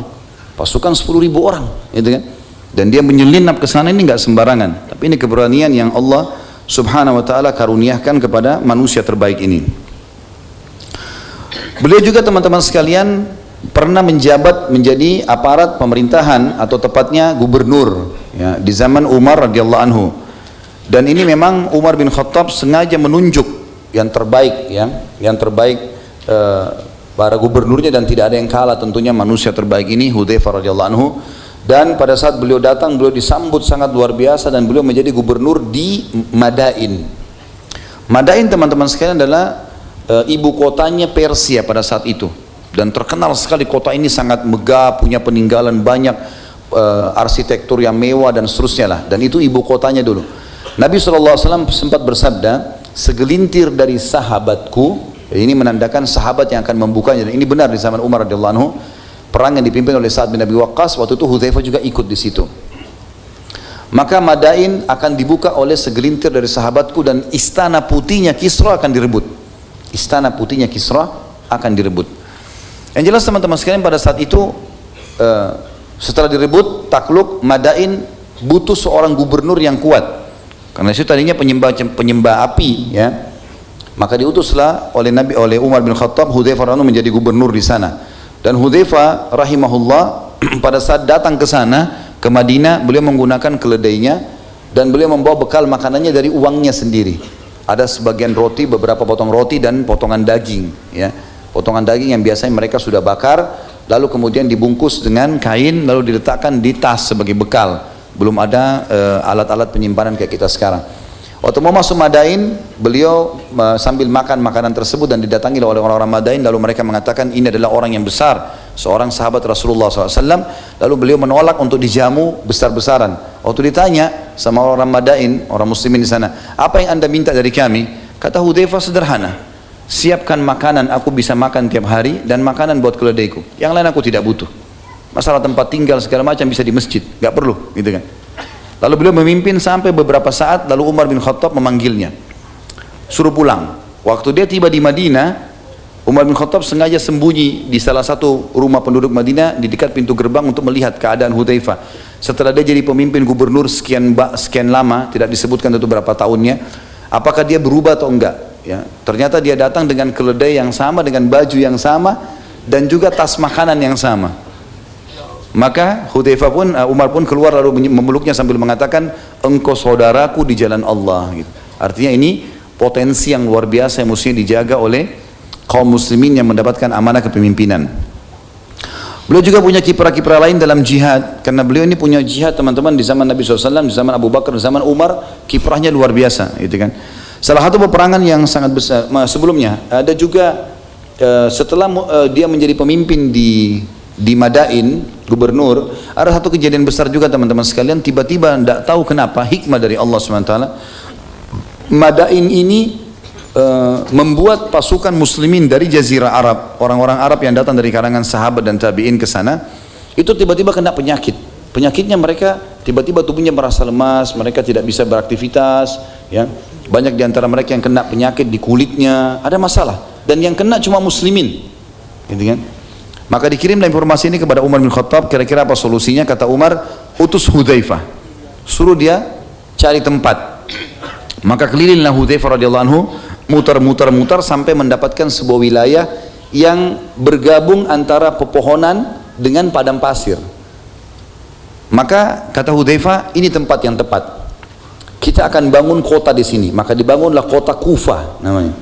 Kalau sekarang di Irak ada kota besar namanya kota Kufah, itu dibangun oleh Hudzaifah radhiyallahu anhu untuk menyelamatkan muslimin. Dan ternyata betul, feelingnya dia sangat luar biasa. Dibawalah seluruh muslimin yang orang-orang Arab tadi, sahabat dan tabi'in ini, pergi ke situ karena lingkungannya lingkungan padang pasir, maka mereka kembali sembuh. Dan ini juga sebuah pelajaran teman-teman sekalian. Memang Allah SWT membuat kita lahir di sebuah tempat, berarti memang kita paling cocok di situ. Kayak memang lahir di Indonesia, orang lahir di Jazirah Arab, orang lahir di Afrika, memang sudah alamnya. Makanya kita kalau pindah biasanya ada adaptasi, kadang-kadang ada penyakit. Ini terjadi di zaman itu. Dan ternyata para sahabat ini pada saat mereka tinggal di wilayah padang pasir yang mereka terbiasa dari kecil, itu membuat mereka malah sembuh semua penyakitnya. Dan ini kiprah yang diberikan oleh Hudzaifah radhiyallahu anhum. Beliau juga termasuk orang yang punya kiprah besar sekali untuk membebaskan beberapa wilayah di wilayah Rusia, ya. Melanjutkan pembebasan wilayah-wilayah Persia dari orang-orang Persia ini seperti Hamadan, Ar-Ray, Ad-Dinaur, ya. Dan yang paling masyhur ada perang namanya perang Nahawan. Perang Nahawan ini termasuk perang yang sangat besar teman-teman sekalian. Orang Persia waktu itu jumlahnya 150.000 orang. 150.000 orang melawan muslimin 30.000 orang.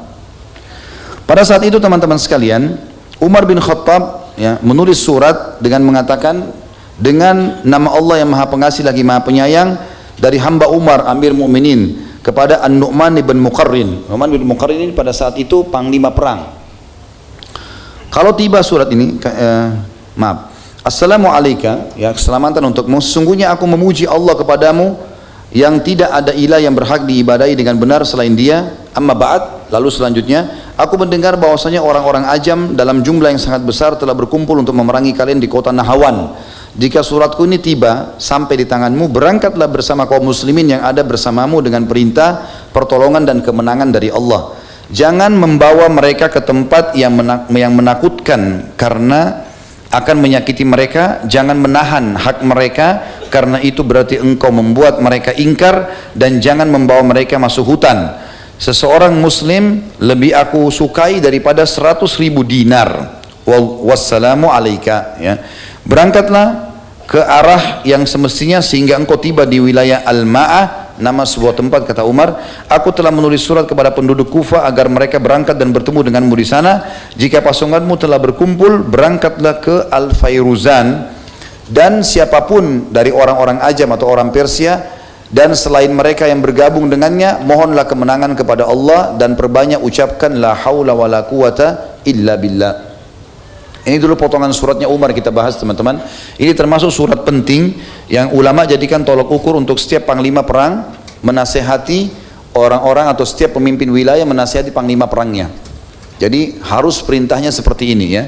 Pasukan muslimin tidak boleh dibawa ke tempat yang menakutkan. Pasukan muslimin tidak boleh dimasukkan ke dalam hutan, kecuali memang dasarnya itu hutan, tempat yang tertutup sehingga tidak tahu mana yang dibunuh gitu kan. Dan jangan juga sampai mengambil hak mereka, misalnya tidak dikasih makan, tidak dikasih minum, tidak dikasih waktu istirahat, ini semua tidak boleh ya. Seperti itulah gambarannya. Dan selalu perbanyak kalimat la haula wala quwata illa billah, lawan mereka dengan cara seperti itu. Lalu Umar juga menulis surat ke gubernur Kufah pada saat itu agar menyiapkan pasukan menuju ke Nahawan dan dipimpin oleh Hudzaifah bin Yaman. Lalu Umar menggabungkan antara dua sahabat ini, Nu'man ibn Muqarrin. Umar tunjuk sebagai panglima perang. Kemudian kalau Nu'man ibn Muqarrin meninggal radhiyallahu anhu, maka digantikan oleh Hudzaifah bin Yaman.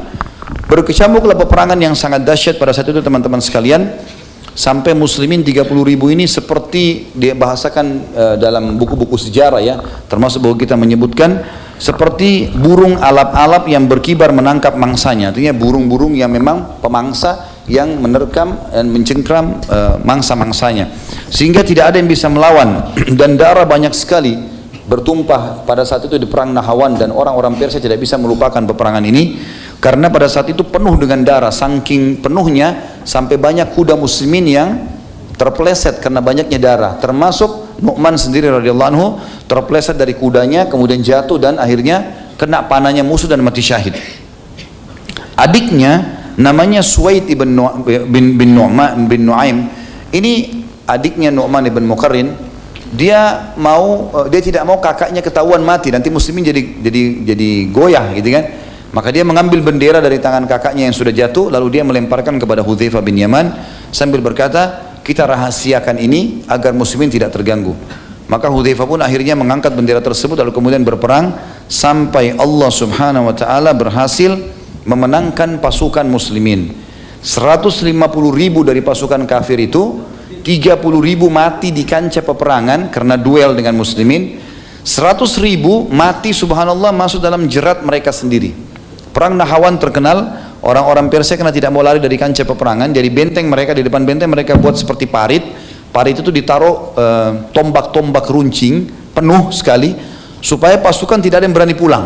Tidak ada yang berani pergi. Jadi mereka kalau balik pasti harus lewat itu dan kena. Nggak bisa, kecuali ada jembatan pun dia dari benteng ya, dibuka. Maka akhirnya 100.000 orang ini mereka karena terpukul mundur, mereka pada jatuh dan mereka saling ikat rantai satu sama yang lain sehingga tidak bisa lari kan gitu.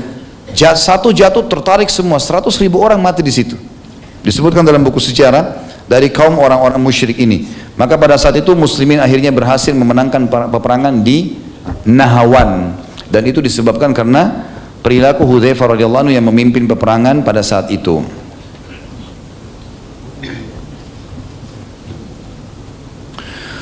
Kemudian teman-teman sekalian, kita masuk ke masalah kesungguhan beliau dalam ittiba, mengikuti Nabi alaihi salatu wassalam. Dan beliau punya pesan-pesan ya. Kalau dalam buku kita diangkat beberapa poin. Yang pertama adalah beliau menyampaikan dalam sebuah riwayat yang sahih, ya ma'syaral qurra uslukut tariq fala in salaktumuha laqad sabaqtum sabqan ba'ida wala in akhadtum yaminan wa shimalan laqad dalaltum dalalan ba'ida.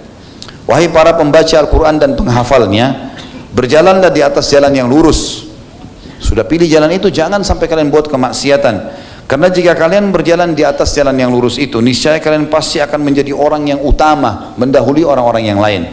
Tapi kalau kalian jalan dengan jalan yang lain, berbengkok, hafal Quran tapi masih buat maksiat dan seterusnya, maka kalian akan tersesat dengan sesat yang sangat jauh. Dan ini sebuah wasiat yang sangat mulia. Bagaimana Hudzaifah radhiyallahu anhu menyampaikan ini, dan ini pesan dari Nabi SAW yang beliau fahami. Kemudian dalam kejadian yang lain beliau juga menyampaikan tentang masalah zakat. Hudzaifah berkata radhiyallahu anhu, dua perkara yang paling aku takutkan atas manusia. Ya. Maksudnya ini pensucian jiwa ya. Mereka mementingkan apa yang mereka lihat daripada apa yang mereka ketahui, dan yang kedua mereka tersesat sedangkan mereka tidak menyadarinya. Jadi ini wasiat tentang tazkiyatun nufus ya. Pensucian jiwa, bukan masalah zakat. Maaf tadi saya salah. Tapi tazkiyatun nufus ya di sini. Hudzaifah mengingatkan kepada kita agar jiwa kita bersih dan suci. Beliau mengatakan dua perkara yang paling aku takutkan atas manusia sehingga jiwa mereka tidak suci lagi. Yang pertama, kaum muslimin mereka mementingkan apa yang mereka lihat atas apa yang mereka ketahui. Jadi mereka lihat sesuatu, mereka langsung mengambil sebuah hukum tanpa harus menanyakan benar atau tidaknya. Yang kedua, mereka tersesat sedangkan mereka tidak menyadarinya. Ini sebuah wasiat yang penting bagi seorang muslim untuk memahaminya. Selanjutnya juga beliau mengingatkan, dan ini luar biasa, pesan yang luar biasa ya, tentang masalah bahayanya bid'ah. Hudzaifah radhiyallahu anhu yang terkenal sahabat yang mengetahui rahasia Nabi SAW dan paling tahu tentang masalah fitnah-fitnah yang terjadi, apa yang beliau katakan? Satu hari beliau pernah mengambil batu, dua batu besar yang bisa digenggam dengan dua telapak tangan, yang satu di kanan-kanan, tangan satu tangan kiri. Dan batu ini batu pecahan. Maka beliau mempertemukan keduanya, sehingga pertemuan antara dua batu ini kan ada celah-celah. Di situ ada cahaya yang bisa tembus, tapi kecil sekali kan cahayanya. Apa kata beliau setelah itu? Apakah kalian melihat cahaya yang ada di celah antara dua batu ini? Maka orang-orang yang di sekitar Hudzaifah mengatakan, para tabi'in, tentu wahai Abu Abdullah, tentu wahai ayahnya Abdullah, kami hanya melihat sedikit cahaya di antara keduanya. Ada cahaya tapi sedikit saja, karena celahnya itu kecil-kecil. Hudzaifah berkata, demi zat, perhatikan Hudzaifah bersumpah radhiyallahu anhu, bagi yang beriman kepada Rasulullah SAW dan risalahnya, dan tahu Hudzaifah adalah sahabat pilihan Nabi SAW, perhatikan. Beliau mengatakan, demi zat yang jiwaku ada di tangannya, bid'ah, ini perkataan Hudzaifah, akan bermunculan sehingga yang terlihat dari kebenaran hanya seperti cahaya di antara kedua batu itu. Ini dari dulu Hudzaifah sudah sampaikan, teman-teman. Ya, jadi bukan main-main, ini bid'ah berarti sudah dari para sahabat sudah paham dan ingatkan. Nanti di akhir zaman ada waktu di mana perkara-perkara bid'ah akan bermunculan sehingga yang terlihat dari kebenaran sunnah hanyalah seperti cahaya di antara kedua batu ini saja. Demi Allah, kata beliau, bid'ah akan menyebar sampai-sampai jika sebagian dari bid'ah itu ditinggalkan, orang-orang malah berkata sunnah telah ditinggalkan. Subhanallah, ini punya wasiat yang luar biasa, teman-teman sekalian. Jelas bid'ah lawannya sunnah, gitu kan? Dan orang di akhir zaman seperti kita sekarang malah bid'ah dianggap sebagai sunnah. Bahkan kalau ditinggalkan orang bilang itu sunnah, ditinggalkan. Kalau kita ingatkan malah kita yang diserang, gitu kan? Seakan-akan kitanya yang keliru. Padahal kita mengajak pada kemurnian ajaran baginda Nabi SAW, dan ini wasiat yang sangat luar biasa. Kemudian juga wasiat Hudzaifah radhiyallahu anhu yang mulia tentang masalah fitnah. Beliau mengatakan perkara pertama yang hilang dari agama ini adalah amanah, dan perkara terakhir yang hilang adalah solat.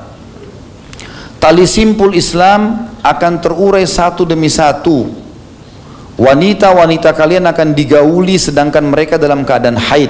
Artinya beliau menceritakan nanti akan muncul nih semua di akhir-akhir zaman perkara-perkara agama. Dari agama kalian yang pertama diangkat adalah amanah. Umat Islam sudah tidak perlu peduli lagi apakah ini amanah atau tidak. Dia berkhianat di kantornya, di kerjanya, di rumah tangganya, adalah hal yang biasa. Dan perkara terakhir yang diangkat nanti tidak lagi orang kerjakan baru terjadi kiamat adalah solat. Dan ini kita tahu tanda-tanda hari kiamat, nanti orang-orang yang baik akan dimatikan oleh Allah, tertinggal orang-orang yang buruk saja, yang tidak pernah mengenal mana baik dan mana mungkar. Tali simpul Islam akan terurai satu demi satu, artinya hukum-hukum Islam akan dianggap remeh satu persatu, ditinggalkan pelan-pelan, termasuk sampai ke masalah kecil. Wanita-wanita haid tidak boleh digauli di kemaluannya, tapi akan digauli pada zaman itu. Nah, orang zaman sahabat orang tahu Allah haramkan gauli perempuan, letakkan kemaluan di kemaluan kalau istri kita yang sah. Lagi haid tidak boleh, haram. Tapi sekarang orang sudah melanggar semua itu. Mungkin kita tidak tahuan atau apa saja. Kalian akan meniti jalan orang-orang sebelum kalian, layaknya bulu anak panah yang sejajar dengan yang lainnya. Kalian pasti nanti di akhir zaman akan ikuti kaum orang-orang kafir. Sampai seperti ibaratnya bulu anak panah yang ditaruh di anak panah di paling ujung, itu akan sejajar semuanya. Artinya kalian semua orang kafir akan sama pada saat itu. Kata beliau apa? Kalian ya layaknya satu sandal yang seiring dengan sandal yang lain. Artinya sudah sulit dibedakan mana muslim, mana kafir. Pakaiannya, kendaraannya, ngomongannya, pekerjaannya, semuanya. Kalian tidak melenceng dari jalan-jalan mereka, dan jalan-jalan mereka juga tidak melenceng dari kalian. Jadi hampir sama semua pola hidupnya. Hingga tersisa nanti ya, dua kelompok dari banyak kelompok ya. Nanti dari kelompok-kelompok yang itu bisa mendapatkan hidayah, kata Hudzaifah. Kelompok-kelompok ini nanti kalau dinasihatin mereka bisa kembali, mereka tinggalkan. Tapi ada dua kelompok yang tetap ngotot, kata Hudzaifah. Nanti ada dua kelompok yang tetap ngotot, tidak mau meninggalkan, menyerupai orang-orang kafir ini. Kata beliau, salah satu dari keduanya berkata kepada yang lain, dua kelompok ini sepakat, ada apa dengan sholat 5 waktu? Ngapain kita sholat? Orang-orang sebelum kita telah tersesat, ngapain sholat-sholat gitu? Sholat itu hanya dikerjakan kapan bisa, karena Allah berfirman, mereka membawa Al-Quran dalam surah Hud ayat 114, A'udzubillahi minasyaitonirrajim wa aqimis sholata tarafain nahari wa zulafan minal lail, al-ayah. Dan laksanakanlah sholat pada kedua ujung siang, pagi dan petang, dan pada bagian permulaan malam. Maka apa kata Hudzaifah? Kata Hudzaifah, bukan kata saya teman-teman. Perhatikan, dan antum pasti tahu kelompok ini kelompok siapa. Kata Hudzaifah, kalian pada saat itu, kelompok itu hanya sholat 3 kali. Bukan 5 waktu sholat, 3 kali. Sudah jelas kelompok ini siapa, gitu kan. Sedangkan yang lain berkata, kelompok ini sholatnya cuma 3 kali dalam sehari. Kelompok yang kedua, yang sesat juga ini, kata Hudzaifah adalah, dia berkata, iman orang-orang yang beriman seperti iman para malaikat. Di antara mereka tidak ada yang kafir atau munafik. Artinya semua orang sama. Nggak ada munafik, nggak ada kafir, nggak ada, semua agama sama. Semua agama sama. Sudah tahu kelompok ini tentunya. Ya. Apa kata Nabi? Apa kata Hudzaifah? Patut bagi Allah untuk menggiring kedua kelompok ini akan bersama pasukannya Dajjal. Akan bersama Dajjal, gitu kan? Ya sudah, Dajjal bilang apa diikutin sama dia, karena memang mereka tidak suka dengan agama Nabi alaihi salatu wassalam. Kita masuk teman-teman sekalian ke kiprah juga Hudzaifah radhiyallahu anhu dalam masalah menggabungkan muslimin dalam satu mushaf. Ya.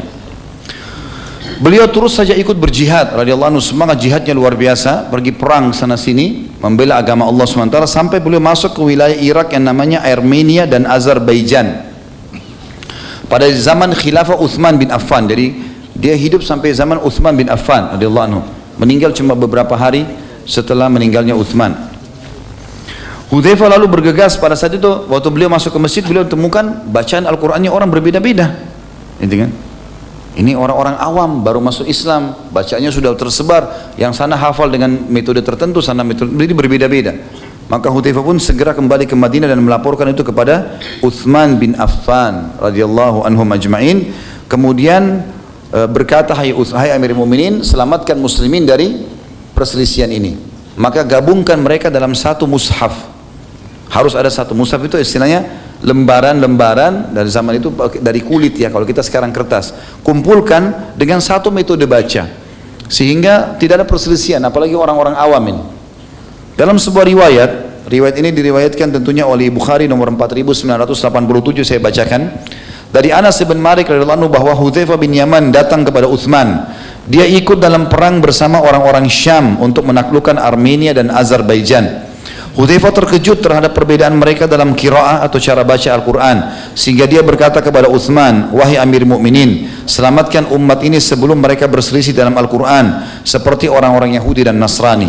Maka Utsman bin Affan mengirim orang menemui Hafsah radhiyallahu anha ummul mukminin, anaknya Umar bin Khattab yang merupakan salah satu dari istri baginda Nabi alaihi salatu wassalam, karena Hafsah menyimpan Al-Quran yang waktu itu ditulis di pelapa-pelapa kurma, di tulang-tulang unta, ya, di kulit, di batu, itu disimpan di rumahnya Hafsah. Maka Utsman bin Affan kirim kepada Hafsah agar mushaf itu, semua Quran yang berserakan itu didatangkan kepada beliau.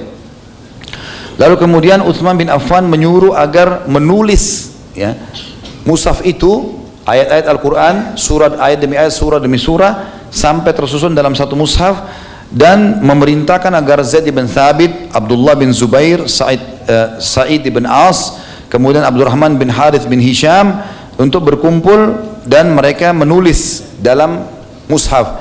Dan Uthman bin Affan mengatakan, kalau kalian berselisih dalam bacaan maka kembalilah kepada bahasa Quraisy, karena Al-Quran turun dalam bahasa itu.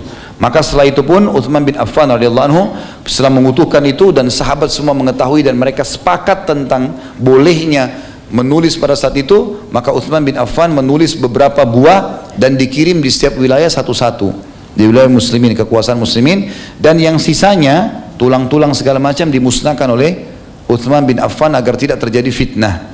Karena untuk menyusun ini butuh tenaga sahabat. Kalau dibiarkan maka nanti tabi'in akan terjadi lagi perselisihan. Dan ini banyak orang-orang orientalis yang menyoroti Uthman bin Affan dari poin ini, padahal sebenarnya mereka tidak faham. Uthman bin Affan adalah orang yang terkenal pecinta Al-Quran dan anak mantu Nabi SAW, dan kita muliakan tentunya. Kita masuk teman-teman sekalian ke Hudzaifah radhiyallahu anhu adalah seorang ahli hikmah dan balaghah, artinya orang yang sangat luar biasa dalam memberikan nasihat-nasihat. Ini diangkat oleh penulis, saya kurang lebih lihat di sini ada dua saja ya. Yang pertama adalah perkataan beliau yang masyhur, hati itu ada 4 macam, beliau katakan. Yang pertama adalah hati yang tertutup rapat, yaitu hati orang kafir. Dia sudah tidak akan pernah bisa masuk hidayah ke dalamnya selama memang dia tidak diberikan petunjuk oleh Allah Subhanahu wa taala, atau memang dia dasarnya menutupi hatinya itu. Yang kedua, hati yang bersisi ganda, yaitu hati orang munafik ya. Ini bersisi ganda, dia mau berpenampilan Islam tapi tidak mau terima Islam. Kan unik ya, mesti orang munafik itu jadi kafir saja tapi dia tidak mau, memang dia berkedok dengan kita, pakai baju kita, berbicara dengan kita sesuai berkedok, dan membantu orang kafir untuk menyerang kaum muslimin. Ini hati yang kedua, dan ini buruk dua-duanya. Yang ketiga, hati yang bersih dalam sebuah lentera ya. Dan yang dimaksud dengan hati yang bersih adalah hati yang imannya penuh dan tidak bercampur baur antara sunnah dengan bid'ah, ya syirik dengan tauhid, tidak bercampur baur. Jadi betul-betul dia memurnikan. Dan yang keempat adalah hati yang mengandung iman dan fusuk atau nifak. Hati orang muslim, mukmin, tapi dia masih mencampur baur dengan maksiat di dalam hatinya. Perumpamaan iman ini adalah seperti sebuah pohon yang disiram dengan air yang baik. Perumpamaan nifak adalah seperti luka yang bernanah dan berdarah. Mana yang lebih dominan, itulah yang mendominasi. Kalau hati seorang mukmin tadi yang baik, itu seperti tanaman yang disiram terus dengan air, maka akan tumbuh menjadi baik. Kalau orang munafik tadi yang hatinya terbagi dua, itu seperti darah dan nanah. Mana yang mendominasi, maka dia yang akan, mana yang lebih banyak dia akan mendominasi. Artinya kemunafikan akan lebih cenderung, dua-duanya buruk. Kalau dia mau buat baik pun dia pasti punya tujuan dan target untuk dia dapat respon kembali. Kalau dia berbuat buruk memang dia niatnya makar untuk menyusahkan orang-orang.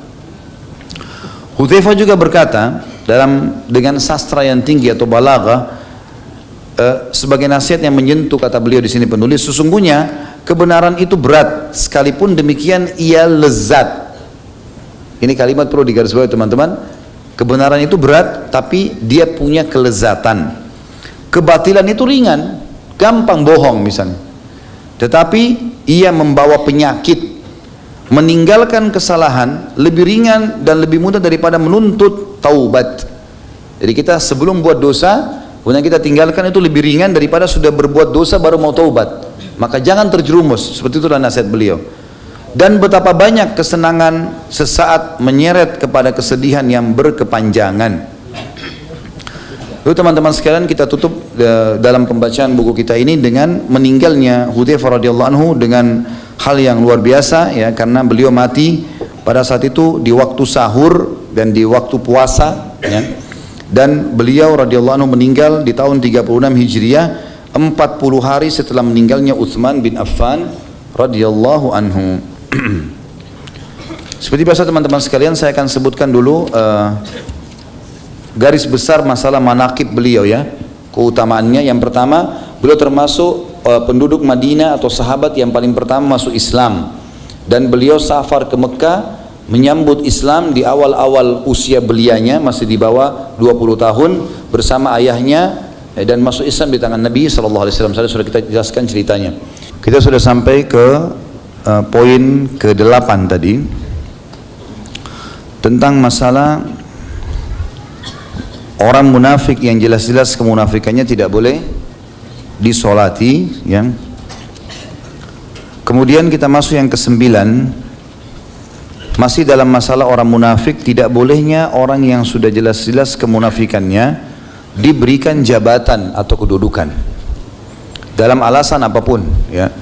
Kalau sudah ketahuan, maka kaum muslimin tidak boleh memberikan jabatan ataupun peluang dalam setiap kesempatan agar meraih sebuah kesuksesan, ya. Karena ini akan berbahaya. Bila mereka berhasil, maka mereka akan menjadi masalah. Makanya Umar bin Khattab sampai memecat gubernurnya yang ketahuan munafik, ya, padahal sebenarnya sudah dapat jabatan dan cirinya performanya adalah performan muslim, mukmin, tapi ternyata dia munafik, dan ini juga ciri, ya. Dan Nabi SAW tidak pernah sama sekali memberikan kedudukan orang-orang munafik, baik sebagai pemimpin perang, bahkan kalau mereka pulang dari kancah peperangan dibiarin saja, seperti di perang Uhud, seperti di perang Tabuk, mereka nggak mau ikut, dibiarin saja oleh Nabi SAW. Bahkan mereka pun datang minta maaf oleh Nabi, dibiarin, udahlah, nggak penting. Mereka itu seperti hal-hal kotoran di susu, ya, yang memang harus dikeluarkan. Muslimin bersih, suci, mereka datang merusaknya, maka dikeluarkan saja. Ini termasuk pelajaran teman-teman sekalian. Kemudian yang ke-10 yang kita bisa ambil adalah kedudukan Fatimah dan kedua anaknya Hasan dan Husain radhiyallahu anhum ajma'in. Dan Fatimah sangat terkenal sebagaimana sudah kita jelaskan tadi, kedudukannya adalah seorang wanita mulia di dunia, anak Nabi SAW yang tersayang, dan juga kedudukannya sebagai pemimpin wanita ahli surga bersama ibunya Khadijah radhiyallahu anhunna ajma'in. Kemudian kedudukan juga Hasan dan Husain, cucu Nabi SAW ridwanullahi alaihim, yang sangat terkenal, dan ahli sunnah wal jamaah berkeyakinan keduanya seperti yang Nabi SAW sampaikan sebagai pemimpin anak muda di surga, ya. Kemudian yang ke-11 yang kita bisa ambil pelajaran adalah bagaimana seseorang itu harus biasa atau membiasakan diri merahasiakan amal solehnya. Sebagaimana tadi Hudzaifah lakukan itu, bahkan pada saat dia ketahuan menangis, dia berusaha untuk mengingatkan orang yang mengetahuinya agar tidak menceritakan kepada orang lain. Dan ini tentu ada hadis mulia, ya, riwayat Imam Muslim yang berbunyi Rasulullah SAW bersabda, Innallaha yuhibbul ghaniyyut innallaha yuhibbut taqiyyul ghaniyyul khafi. Allah sangat cinta dengan hambanya yang bertakwa. Takwa artinya patuh, mengerjakan perintah, tinggalkan larangan, yang kaya dan suka bersedekah, serta orang yang khafi, suka menyembunyikan dan merahasiakan amalnya. Bedakan teman-teman antara amal yang dasarnya harus kelihatan dan amal yang memang dasarnya tidak kelihatan. Seperti misal kita pergi sholat berjamaah di masjid, orang lihat, wajar itu. Orang pergi jihad, orang pergi haji, pasti kelihatan. Di sini supaya tidak riya, intinya jangan berbangga-bangga dengan itu. Kita pergi jihad ya karena panggilan dari Allah, seruan kita ke masjid karena memang perintah dari Allah. Nggak ada hubungannya. Kalau syaitan bisikin tuh orang tahu kau ke masjid, a'udzubillahi minasyaitonirrajim, kita nepis saja. Kita membuka pintu riya kalau kita menceritakannya, ya, menceritakannya. Kamu tadi sholat di mana? Saya di masjid. Nggak ada yang nanya, nggak ada yang apa gitu, ya. Kamu sudah berapa kali khatam Quran? Saya sudah 3 kali. Nah, tidak ada yang nanya. Nggak perlu diceritakan. Tapi kalau kita sedang melakukan satu ibadah yang terang-terangan dan ada yang nanya, silahkan kita tanya, jelaskan. Misal, mau kemana Pak? Oh, saya ke masjid. Nah, kita tinggal kontrol, itu kan? Itu ibadah yang kelihatan. Kalau ibadah yang dasarnya memang diperintahkan tidak kelihatan, seperti sholat tahajud, memang kita disuruh sembunyi kan gitu. Di malam hari, sholat sendirian, paling berjamaah 2-3 orang. Beda dengan tarawih di Ramadan, memang dianjurkan kan gitu. Tapi kalau sembunyi, misalnya membaca Al-Quran, umumnya kita baca Quran memang sendirian, ya, atau zikir pagi sore, gitu kan. Zikir, kita lagi berzikir, beristighfar kepada Allah, mungkin lagi di motor, lagi di mobil, kita nggak perlu ceritain kepada orang, nggak perlu sama sekali. Walaupun syaitan menggoda. Jadi kalau dasarnya kelihatan, boleh saja orang lihat dan kita tidak ada masalah menjawab kalau ditanya, kecuali kalau kita nggak ditanya jelasin baru riya, gitu kan. Kalau amal yang tersembunyi asalnya jangan diceritakan sama sekali, biarkan tidak ada yang tahu antara kita dengan Sang Pencipta Allah Subhanahu wa taala. Ini pelajaran yang penting dari kehidupan Hudzaifah radhiyallahu anhum. Kemudian yang ke-12 teman-teman, wajibnya menepati kesepakatan dan janji walaupun itu sama orang kafir, ya. Kita kerjasama misalnya bisnis, partner bisnis di perusahaan, Kemudian ada akad antara kita dengan dia. Misalnya akad kita akan kelola bisnis tertentu, kemudian akan jatuh tempo, akan ada bagi hasil. Bukan berarti orang kafir lalu kita bisa tipu, enggak boleh. Dalam Islam enggak boleh kita antara kita sama Allah. Seorang mukmin tahu hubungannya sama langit, bukan sama bumi ini. Bukan sama Allah. Dia bohong, Allah akan hukum. Dia jujur, Allah akan balas. Tidak ada hubungan sama manusia sama sekali. Keberkahan, rezeki, kenikmatan akan datang dari langit, dari Sang Pencipta Allah Subhanahu wa taala. Maka itu target seorang muslim. Dan dia harus penuhi janji-janji itu. Gak ada masalah ya. Bahkan di sini berat sekali sebenarnya. Hudzaifah dan ayahnya berjanji pada orang Quraisy tidak akan ikut berperang bersama Nabi SAW. Bayangkan aja. Tapi mereka sempat bilang, baiklah kami cuma ke Madinah, tapi dengan syarat lepaskan kami dari tawanan ini, kami tidak ikut berperang. Lalu melapor kepada Nabi SAW, kata Nabi SAW, tepati janjimu, gak usah ikut. Padahal perang Badar perang mulia. Tapi di sini menepati janji adalah sesuatu yang penting teman-teman sekalian. Jangan anggap remeh masalah ini ya. Janjian jam 7 datang jam 7. Jalan lebih dulu secepatnya. Telat sampaikan permohonan maaf. Nah ini akan diminta pertanggungjawaban ya. Allah mengatakan dalam Al-Qur'an, "A'udzubillahi minasyaitonir wa aufu bin nadhr wa aufu bil ahdi innal ahda kana mas'ula." Dan tepatilah janji kalian karena dia akan diminta pertanggungjawabannya. Kemudian yang ke-13 teman-teman sekalian, keutamaan berani ya. Keberanian dan juga terhinanya sifat pengecut ya. Bagaimana kita memahami masalah keberanian teman-teman sekalian? Ini kata para ulama, keberanian akan terlihat kalau kita membela kebenaran. Jadi bukan dari kerasnya suara, bukan dari sukanya nantang orang, tapi kebenaran yang dikumandangkan. Kalau kebenaran maka dia membelanya sampai dia mati, nggak ada masalah. Baru itu dikatakan orang itu pemberani. Ya. Haknya dia, haknya agama, kebenaran maka dia bela. Dan pengecut ini justru sebaliknya. Ada kebenaran tidak mau dibela, atau haknya diambil dia tidak mau meluruskan, ya, tidak mau mengambilnya, tidak mau menasihatinya, ya, dan seterusnya. Ini termasuk hal yang perlu digarisbawahi teman-teman sekalian. Dan ini terlihat dari perilaku Hudzaifah radhiyallahu anhu dengan keberaniannya pada saat diperintahkan Nabi SAW untuk datang ke pasukan musuh karena dia tahu ini kebenaran, walaupun dia harus mati, nanti dia ditawan, apapun yang terjadi tetap dia melaluinya. Sementara lawannya tentu adalah malas, sifat pengecut, ya, kemudian kejahilan. Ini semua lawan daripada apa yang kita bahas tadi. Jadi tidak boleh semuanya. Dalam Islam ini tidak boleh seorang muslim itu bodoh, tidak boleh seorang muslim itu malas, tidak boleh seorang muslim itu pengecut. Dan kita tahu teman-teman sekalian, di kancah peperangan jihad kita tidak punya namanya kalah. Yang kita ada adalah menang atau kita mati syahid. Kalaupun kita terbunuh semua bukan kalah. Karena keberanian di situ ya. Ini syaja'ah namanya. Harusnya kita sampai mati syahid. Dan Imam Madzhabi masukkan kategori dosa besar orang yang lari dari kancah peperangan. Yang ke-14, keutamaan teman-teman sekalian kecerdasan dan kejelian. Dan ini diambil dari Hudzaifah, bagaimana dia diberikan oleh Nabi SAW nama orang-orang munafik, sifatnya ini banyak, ini jumlahnya ratusan orang, dihafal semua sama dia. Dan dia tahu betul ini sebuah kecerdasan. Dan hafalan itu akan kuat teman-teman sekalian kalau kita biasa melatihnya. Cobalah latih. Misalnya kalau kita lagi disebutkan oleh teman, kita minta nomor telepon, misalnya nomor telepon kamu berapa, nomor teleponnya sekian, 00, tidak usah bilang tunggu sebentar saya catat, coba hafal. Baiklah, saya coba hafal ya, 08 sekian, ulangi 2-3 kali, insya Allah sudah hafal. Nanti kita tulis di HP kita, nggak ada masalah.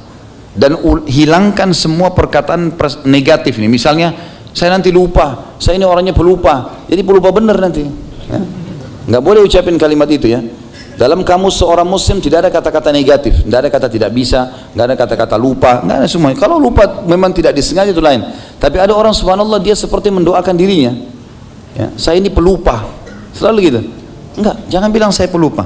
Kata Nabi SAW, jangan doakan keburukan buat diri kalian, harta kalian dan keluarga kalian. Nanti malaikat lewat mengaminkan, maka akan terjadi seperti itu.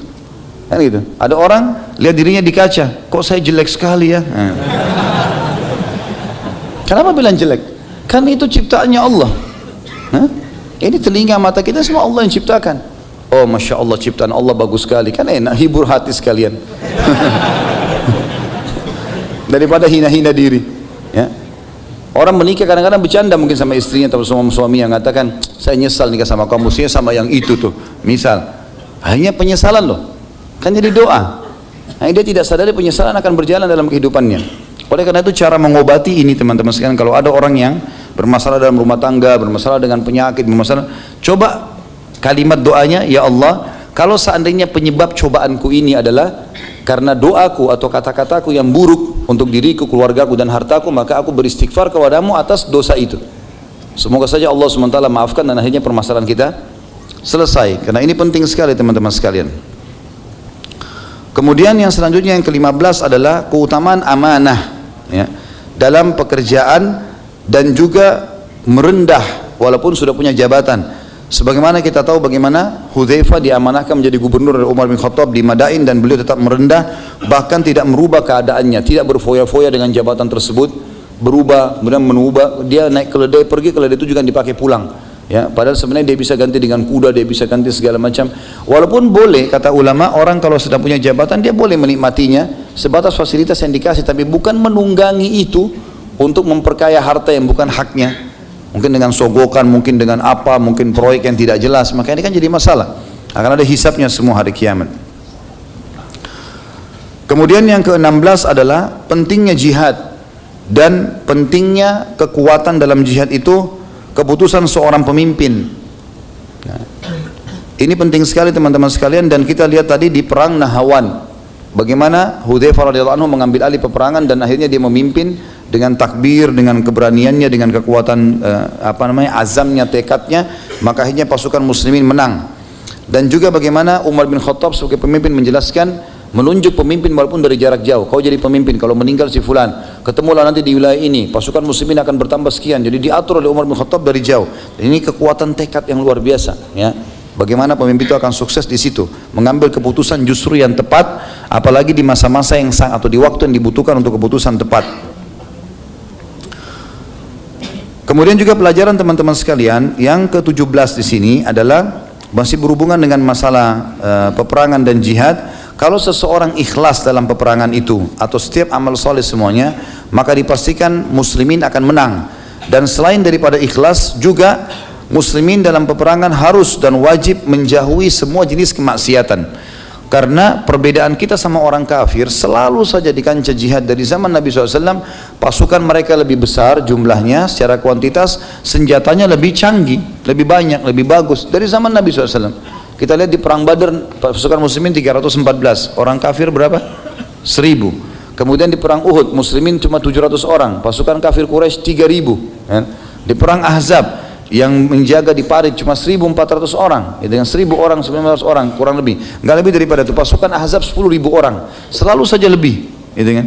Dan senjata-senjata mereka lebih bagus, dan sampai kapanpun pasukan muslimin akan seperti ini. Jadi yang membuat kita menang bukan kecanggihan senjata atau kuantitas pasukan, tetapi bagaimana keikhlasan seseorang untuk membela agama Allah Subhanahu Wa Taala. Walaupun berapa orang, tetap mereka akan diberikan kemenangan oleh Sang Pencipta Allah. Itu terjadi di Nahawan juga. 30.000 pasukan muslimin mengalahkan 150.000, bahkan 100.000 di antara mereka mati dengan bunuh diri sendiri, ya, dengan kuasa Allah Subhanahu Wa Taala. Kemudian teman-teman yang ke-18 adalah pentingnya untuk tinggal di lokasi dan lingkungan yang sesuai dengan atau yang sesuai yang tubuh kita mudah beradaptasi. Kayak kita misalnya biasa di Asia Tenggara, di Indonesia ini, kita sudah biasa dengan cuaca kita ini. Ya, cuaca kita mungkin paling panas 37 ya. Kemudian kalaupun dingin 27, 26 ya, itu sudah normal. Tapi alhamdulillah ini cuaca yang sangat ideal, bagus sekali gitu. Dan memang tubuh kita ini tidak cocok untuk di salju. Allah SWT menciptakan begitu. Mungkin memang orang-orang yang tinggal di daerah salju itu memang Allah sudah berikan kelebihan seperti itu kulit mereka. Kalaupun kita mau ke sana, adaptasinya pasti akan ada, gitu kan? Adaptasi akan ada, dan itu sering terjadi. Kadang-kadang ada orang alhamdulillah yang cocok, ada juga orang yang tidak. Maka kita akan jauh lebih sehat kalau tinggal di lingkungan yang kita sudah biasa hidup dari lahir di situ, sudah terbiasa di situ. Allah mudahkan kita lahir di situ, berarti situlah tempat yang terbaik. Dan ingat teman-teman sekalian, muka bumi ini semua punyanya Allah. Orang beriman tahu masalah itu. Sekali lagi, kesukuan, ya, negara, berbeda bahasa, beda paras wajah, ini hanya variasi hidup. Allah membuat itu seperti adanya pisang, adanya anggur, adanya delima, beda-beda. Kalau cuma satu jenis anggur maka tidak ada variasi kehidupan. Tapi kita semua dari Adam alaihissalam. Makanya Islam sangat membenci rasisme. Gak ada dalam Islam. Saya orang Arab, saya orang bule, saya orang Indonesia, saya tidak ada lagi dalam Islam itu. Artinya kita boleh bangga dengan negara kita. Dari mana? Dari Indonesia. Itu sesuatu yang wajar. Itu kan seperti Nabi SAW berbangga mengatakan asalnya dari Mekah. Boleh saja. Itu kan? Itu boleh saja kita mengatakan saya bangga. Tapi bukan berarti ini menganggap menjatuhkan orang lain, menganggap orang lain remeh. Ini tidak boleh semua. Yang ini kita tahu ini buminya Allah, itu lingkup yang lebih besar. Dan juga semua ini suku dan beragam macam bahasa adalah variasi kehidupan, bukan untuk berfanatisme, gitu kan? Dan ini sekarang lagi diangkat-angkat nih, lagi ada masalah ini. Ya. Selalu diangkat masalah. Ini seperti saya baru dengar katanya ada informasi saya ini dianggap mengacaukan NKRI. Ini unik ini. Alhamdulillah dakwah sunnah ini adalah dakwah yang paling loyal dengan pemerintah setempat, gitu kan? Tidak pernah mengajak pemberontak, tidak pernah mengajak demo-demoan, tidak pernah mengajak apa-apa. Islam, kita selalu ingatkan patuh pada saat memang kita masih dibolehkan sholat. Misal, dari mana ini kalimat bisa keluar? Hanya karena ini, hanya karena ada orang subhanallah memang begitu, hidupnya mau suka cari konflik, cari masalah. Lebih baik makan, minum, tidur, mati masuk surga kan? Ini enggak, suka iseng, cari ini, cari masalah. Harus begitu. Allahu a'lam. Mudah-mudahan saja lepas dari sifat munafikin ini ya. Begitu pula teman-teman sekalian saya luruskan, saya dapat informasi kalau ada cuplikan ceramah saya tentang masalah tidak bolehnya mengambil minuman, gitu kan. Lalu kemudian entah siapa ini, semoga Allah kasih hidayah, mengambil suara saya kemudian didatangkan ke salah satu pesantren di Indonesia. Seakan-akan saya sedang menyinggung pesantren itu. Ini saya tidak pernah singgung negara, tidak pernah singgung suku, apalagi pesantren punya muslim, tidak mungkin ini. Dan perlu saya luruskan teman-teman sekalian, kalau misalnya yang saya bahasakan di ceramah itu pun suara saya mengatakan gini, saya bilang kalau saya tidak mau teman-teman mengambil bekas minum saya. Kalau orang lain mau lakukan urusan dia. Tapi kan kita perlu ingatkan, kalau misalnya bekas minum orang tua kita, ya, kemudian kita mau minumnya, para sahabat meminum bekas Nabi SAW, gitu kan? Ada itu. Tetapi yang saya singgung di situ sebenarnya secara global, ada orang yang sengaja air misalnya, sengaja diludah-ludahin, sengaja apa, kemudian dijual. Ini yang saya bilang ini bisa sampai menipu umat. Ini kesalahpahaman yang terjadi. Ya. Tapi sudah dianggap itu dibuat seperti sebuah permasalahan besar. Seakan-akan ini akan membuat perpecahan di antara umat. Inilah haula wala quwata illa billah. Kita nggak pernah punya masalah dengan siapapun. Ya. Semua saudara muslim adalah saudara muslim kita, siapapun dia syahadat di muka bumi ini. Nggak ada urusannya sama sekali dengan menjatuhkan atau sengaja mencari masalah atau menyalah-nyalahkan orang lain, tidak ada. Karena selama itu global, gitu kan? Memang yang kita tegur adalah orang yang sengaja menjadikan air itu seakan-akan di orbit bahwasanya air itu berkah. Ya. Seterusnya ini perlu diluruskan, gitu kan? Jadi tidak perlu teman-teman juga yang saya ini, makanya saya selalu larang teman-teman sekalian kalau mau dengar ceramah saya di YouTube, dengarin ceramah dengan niat ikhlas mendapatkan ilmu. Ya, supaya kita sama-sama dapat pahala. Mau disebarin pun sebarin dengan tidak komersial. Ini karena teman-teman banyak mau komersial supaya banyak pengunjungnya, jadi ditulis judul yang menggelitik atau sengaja buat hal-hal yang aneh-aneh ini, ya, supaya pengunjungnya banyak, heboh. Ini kan keliru teman. Untuk apa dapat duit dari situ? Untuk apa kalau buat masalah? Kan nggak perlu ya.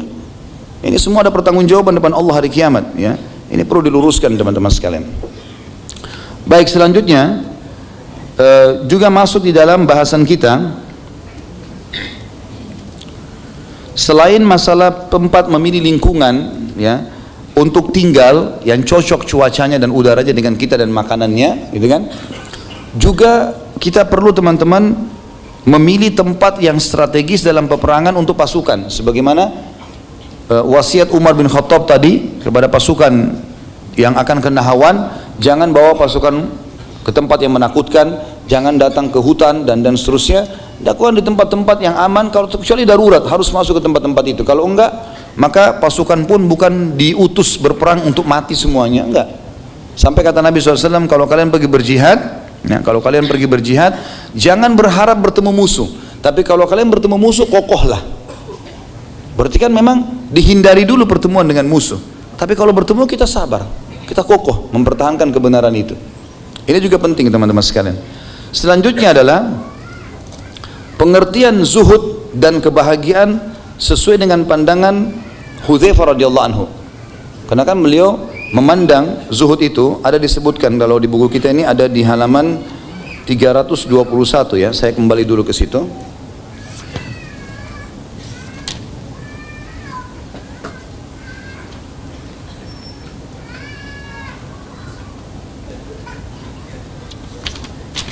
Ya, ini rupanya perilaku Hudzaifah radhiyallahu anhu pada saat beliau datang ke Madain, bagaimana beliau datang dengan keledainya, itu gambaran masalah zuhudnya, dan makan dengan roti dan daging yang beliau hasilkan dari hasil kerjanya sendiri.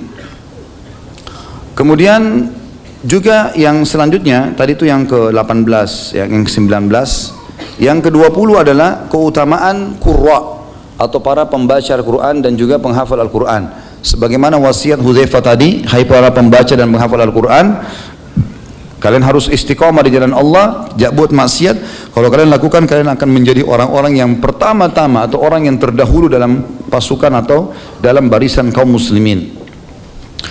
Kemudian yang selanjutnya, yang ke-21 adalah bahayanya bid'ah dan jauh dari sunnah. Sebagaimana wasiat Hudzaifah tadi yang sangat mulia pada saat mempertemukan dua batu. Kemudian selanjutnya teman-teman sekalian, yang terakhir di sini adalah kalau seseorang terbiasa mengerjakan satu perbuatan baik, maka dipastikan Allah akan berkahi dia di perbuatan baik itu, sehingga muncul ide di perbuatan baik itu beberapa ide yang lain, tapi yang sama perbuatannya. Misal gini, kita sudah biasakan diri berdoa kepada Allah Subhanahu wa taala, terbiasa berdoa kepada Allah SWT. Kalau kita rutinkan doa itu, nanti muncul di benak kita yang kita tidak pernah fikir sebelumnya, kalimat-kalimat dalam doa yang akhirnya melengkapkan permintaan kita. Mungkin teman-teman yang biasa berdoa merasakan itu. Artinya kalau biasa kita berdoa, sudah seminggu, sebulan kita berjalan sering di antara azan dan iqamah kita berdoa, nanti muncul kalimat-kalimat atau permintaan yang tidak terlintas sebelumnya. Atau kita biasa sedekah, rutinnya seseorang sedekah bukan hanya incidental, bukan cuma kebetulan saja, dia rutin bersedekah, maka ini akan membuat peluang pahala di sedekah itu sendiri. Tiba-tiba nanti kita muncul ide, oh kayaknya saya harus bantu si fulan, oh kayaknya bantu si fulan, oh buatin program di rumah anak yatim ini. Muncul sekian banyak ide di satu program ibadah itu. Sebagaimana teman-teman, ini berkah dari Allah. Sebagaimana sebaliknya, hati-hati, kalau orang membiasakan diri pada satu perbuatan buruk, maka akan muncul banyak ide di satu perbuatan buruk itu. Misal dia berzina dan dia biasa berzina, nanti akan muncul ide syaitan yang membuat dia membuat tempat zina, berkembang sampai kemana-mana. Ini kalau kita tidak ditahan, maka akan jadi seperti itu. Terbiasa bohong, satu kali dia bohong misalnya sama pasangan hidupnya, nanti dia akan bohong kepada temannya, nanti semuanya dia bohongin. Kalau perlu tembok juga dibohongin. Ada orang terbiasa emosi, maka dia emosi semua, bahkan kadang-kadang dimarahin sendalnya sendiri. Dia pakai sendal salah, dia marah-marah sama sendal, gitu kan. Atau motornya nggak bisa nyala, motornya dimarahin, padahal motornya cuma ikut dia, gitu kan. Jadi orang kalau terbiasa dengan satu karakter atau kebiasaan buruk, dia akan terbiasa dengan itu. Masuk dalam masalah ini istiqomah dalam agama. Kita kembali ke poin pertama tadi ya, masalah orang kalau terbiasa berbuat kebaikan, maka Allah akan berkahi di situ. Perbuatan Hudzaifah radhiyallahu anhu dan para sahabat secara global seperti itu teman-teman sekalian, karena mereka orang-orang yang menerapkan perintah-perintah Nabi SAW, maka Allah berkahi. Di setiap perbuatannya itu akan muncul banyak sekali ide-ide dan sampai menjadi wasiat-wasiat emas yang akhirnya bermanfaat bagi kaum muslimin. Ya, Allahu alam. Mudah-mudahan Allah SWT menyatukan kita bersama dengan Hudzaifah dan para sahabat Nabi yang lain ridwanullahi alaihim di surga firdausnya tanpa hisab dengan izin Allah. Ya, kita berdoa kepada Allah SWT semoga majelis kita diberkahi olehnya dan dijadikan sebagai tambahan amal kita pada hari kiamat, dan semoga seluruh amal yang pernah kita kerjakan tidak terkecuali sekecil sampai sebesar apapun sampai menjelang ajal datang nanti semua diterima dengan kemahamurahannya, dan semoga seluruh dosa yang pernah kita kerjakan tidak terkecuali pula semua diganti dengan kemahamurahan Allah menjadi pahala. Semoga Indonesia menjadi negara yang aman, tentram, damai, dan seluruh kaum muslimin disatukan di bawah ukhuwah Islamiyah, diangkat perselisihan di antara mereka, dan juga mereka beribadah kembali kepada wahyu Al-Quran dan Sunnah. Dan semoga saja Indonesia diberikan pemimpin muslim yang adil yang kembali kepada Al-Quran dan Sunnah pula, dan Indonesia bisa menjadi contoh bagi negara-negara yang lain Dan semoga saja semua kekurangan negara kita dan individu yang ada di negara ini, terutama kaum musliminnya, semuanya disempurnakan oleh Allah dan disatukan sehingga mereka bisa bekerja sama untuk menjadi orang-orang yang baik dan bermanfaat bagi manusia dan terutama negara juga Islam itu sendiri. Dan kita berdoa kepada Allah yang sedang melihat kita karena Dia Maha melihat, dan mendengar kita karena Dia Maha mendengar, agar menyatukan kita semua di surga firdausnya tanpa hisab, mana yang satu kita di majlis ilmu yang mulia ini. Tentu kalau ada benar dari Allah saudaraku seiman, dan kalau ada salah dari saya mohon dimaafkan. Sebelum kafaratul majlis saya mohon maaf, saya minta sebentar keluar duluan karena memang saya harus kembali ke Bogor, ada daurah yang saya harus isi. Jadi mungkin saya tidak bisa bersalaman sama teman-teman umumnya. Saya minta waktu untuk diberikan jalan untuk keluar karena agak cepat ya, karena ini habis asar langsung taklim lagi. Ya, Allahu a'lam. Begitu saja, terima kasih, jazakumullah khairan, subhanakallahumma bihamdika, asyhadu an la ilaha illa anta astaghfiruka wa atubu ilaik. Wassalamualaikum warahmatullahi wabarakatuh.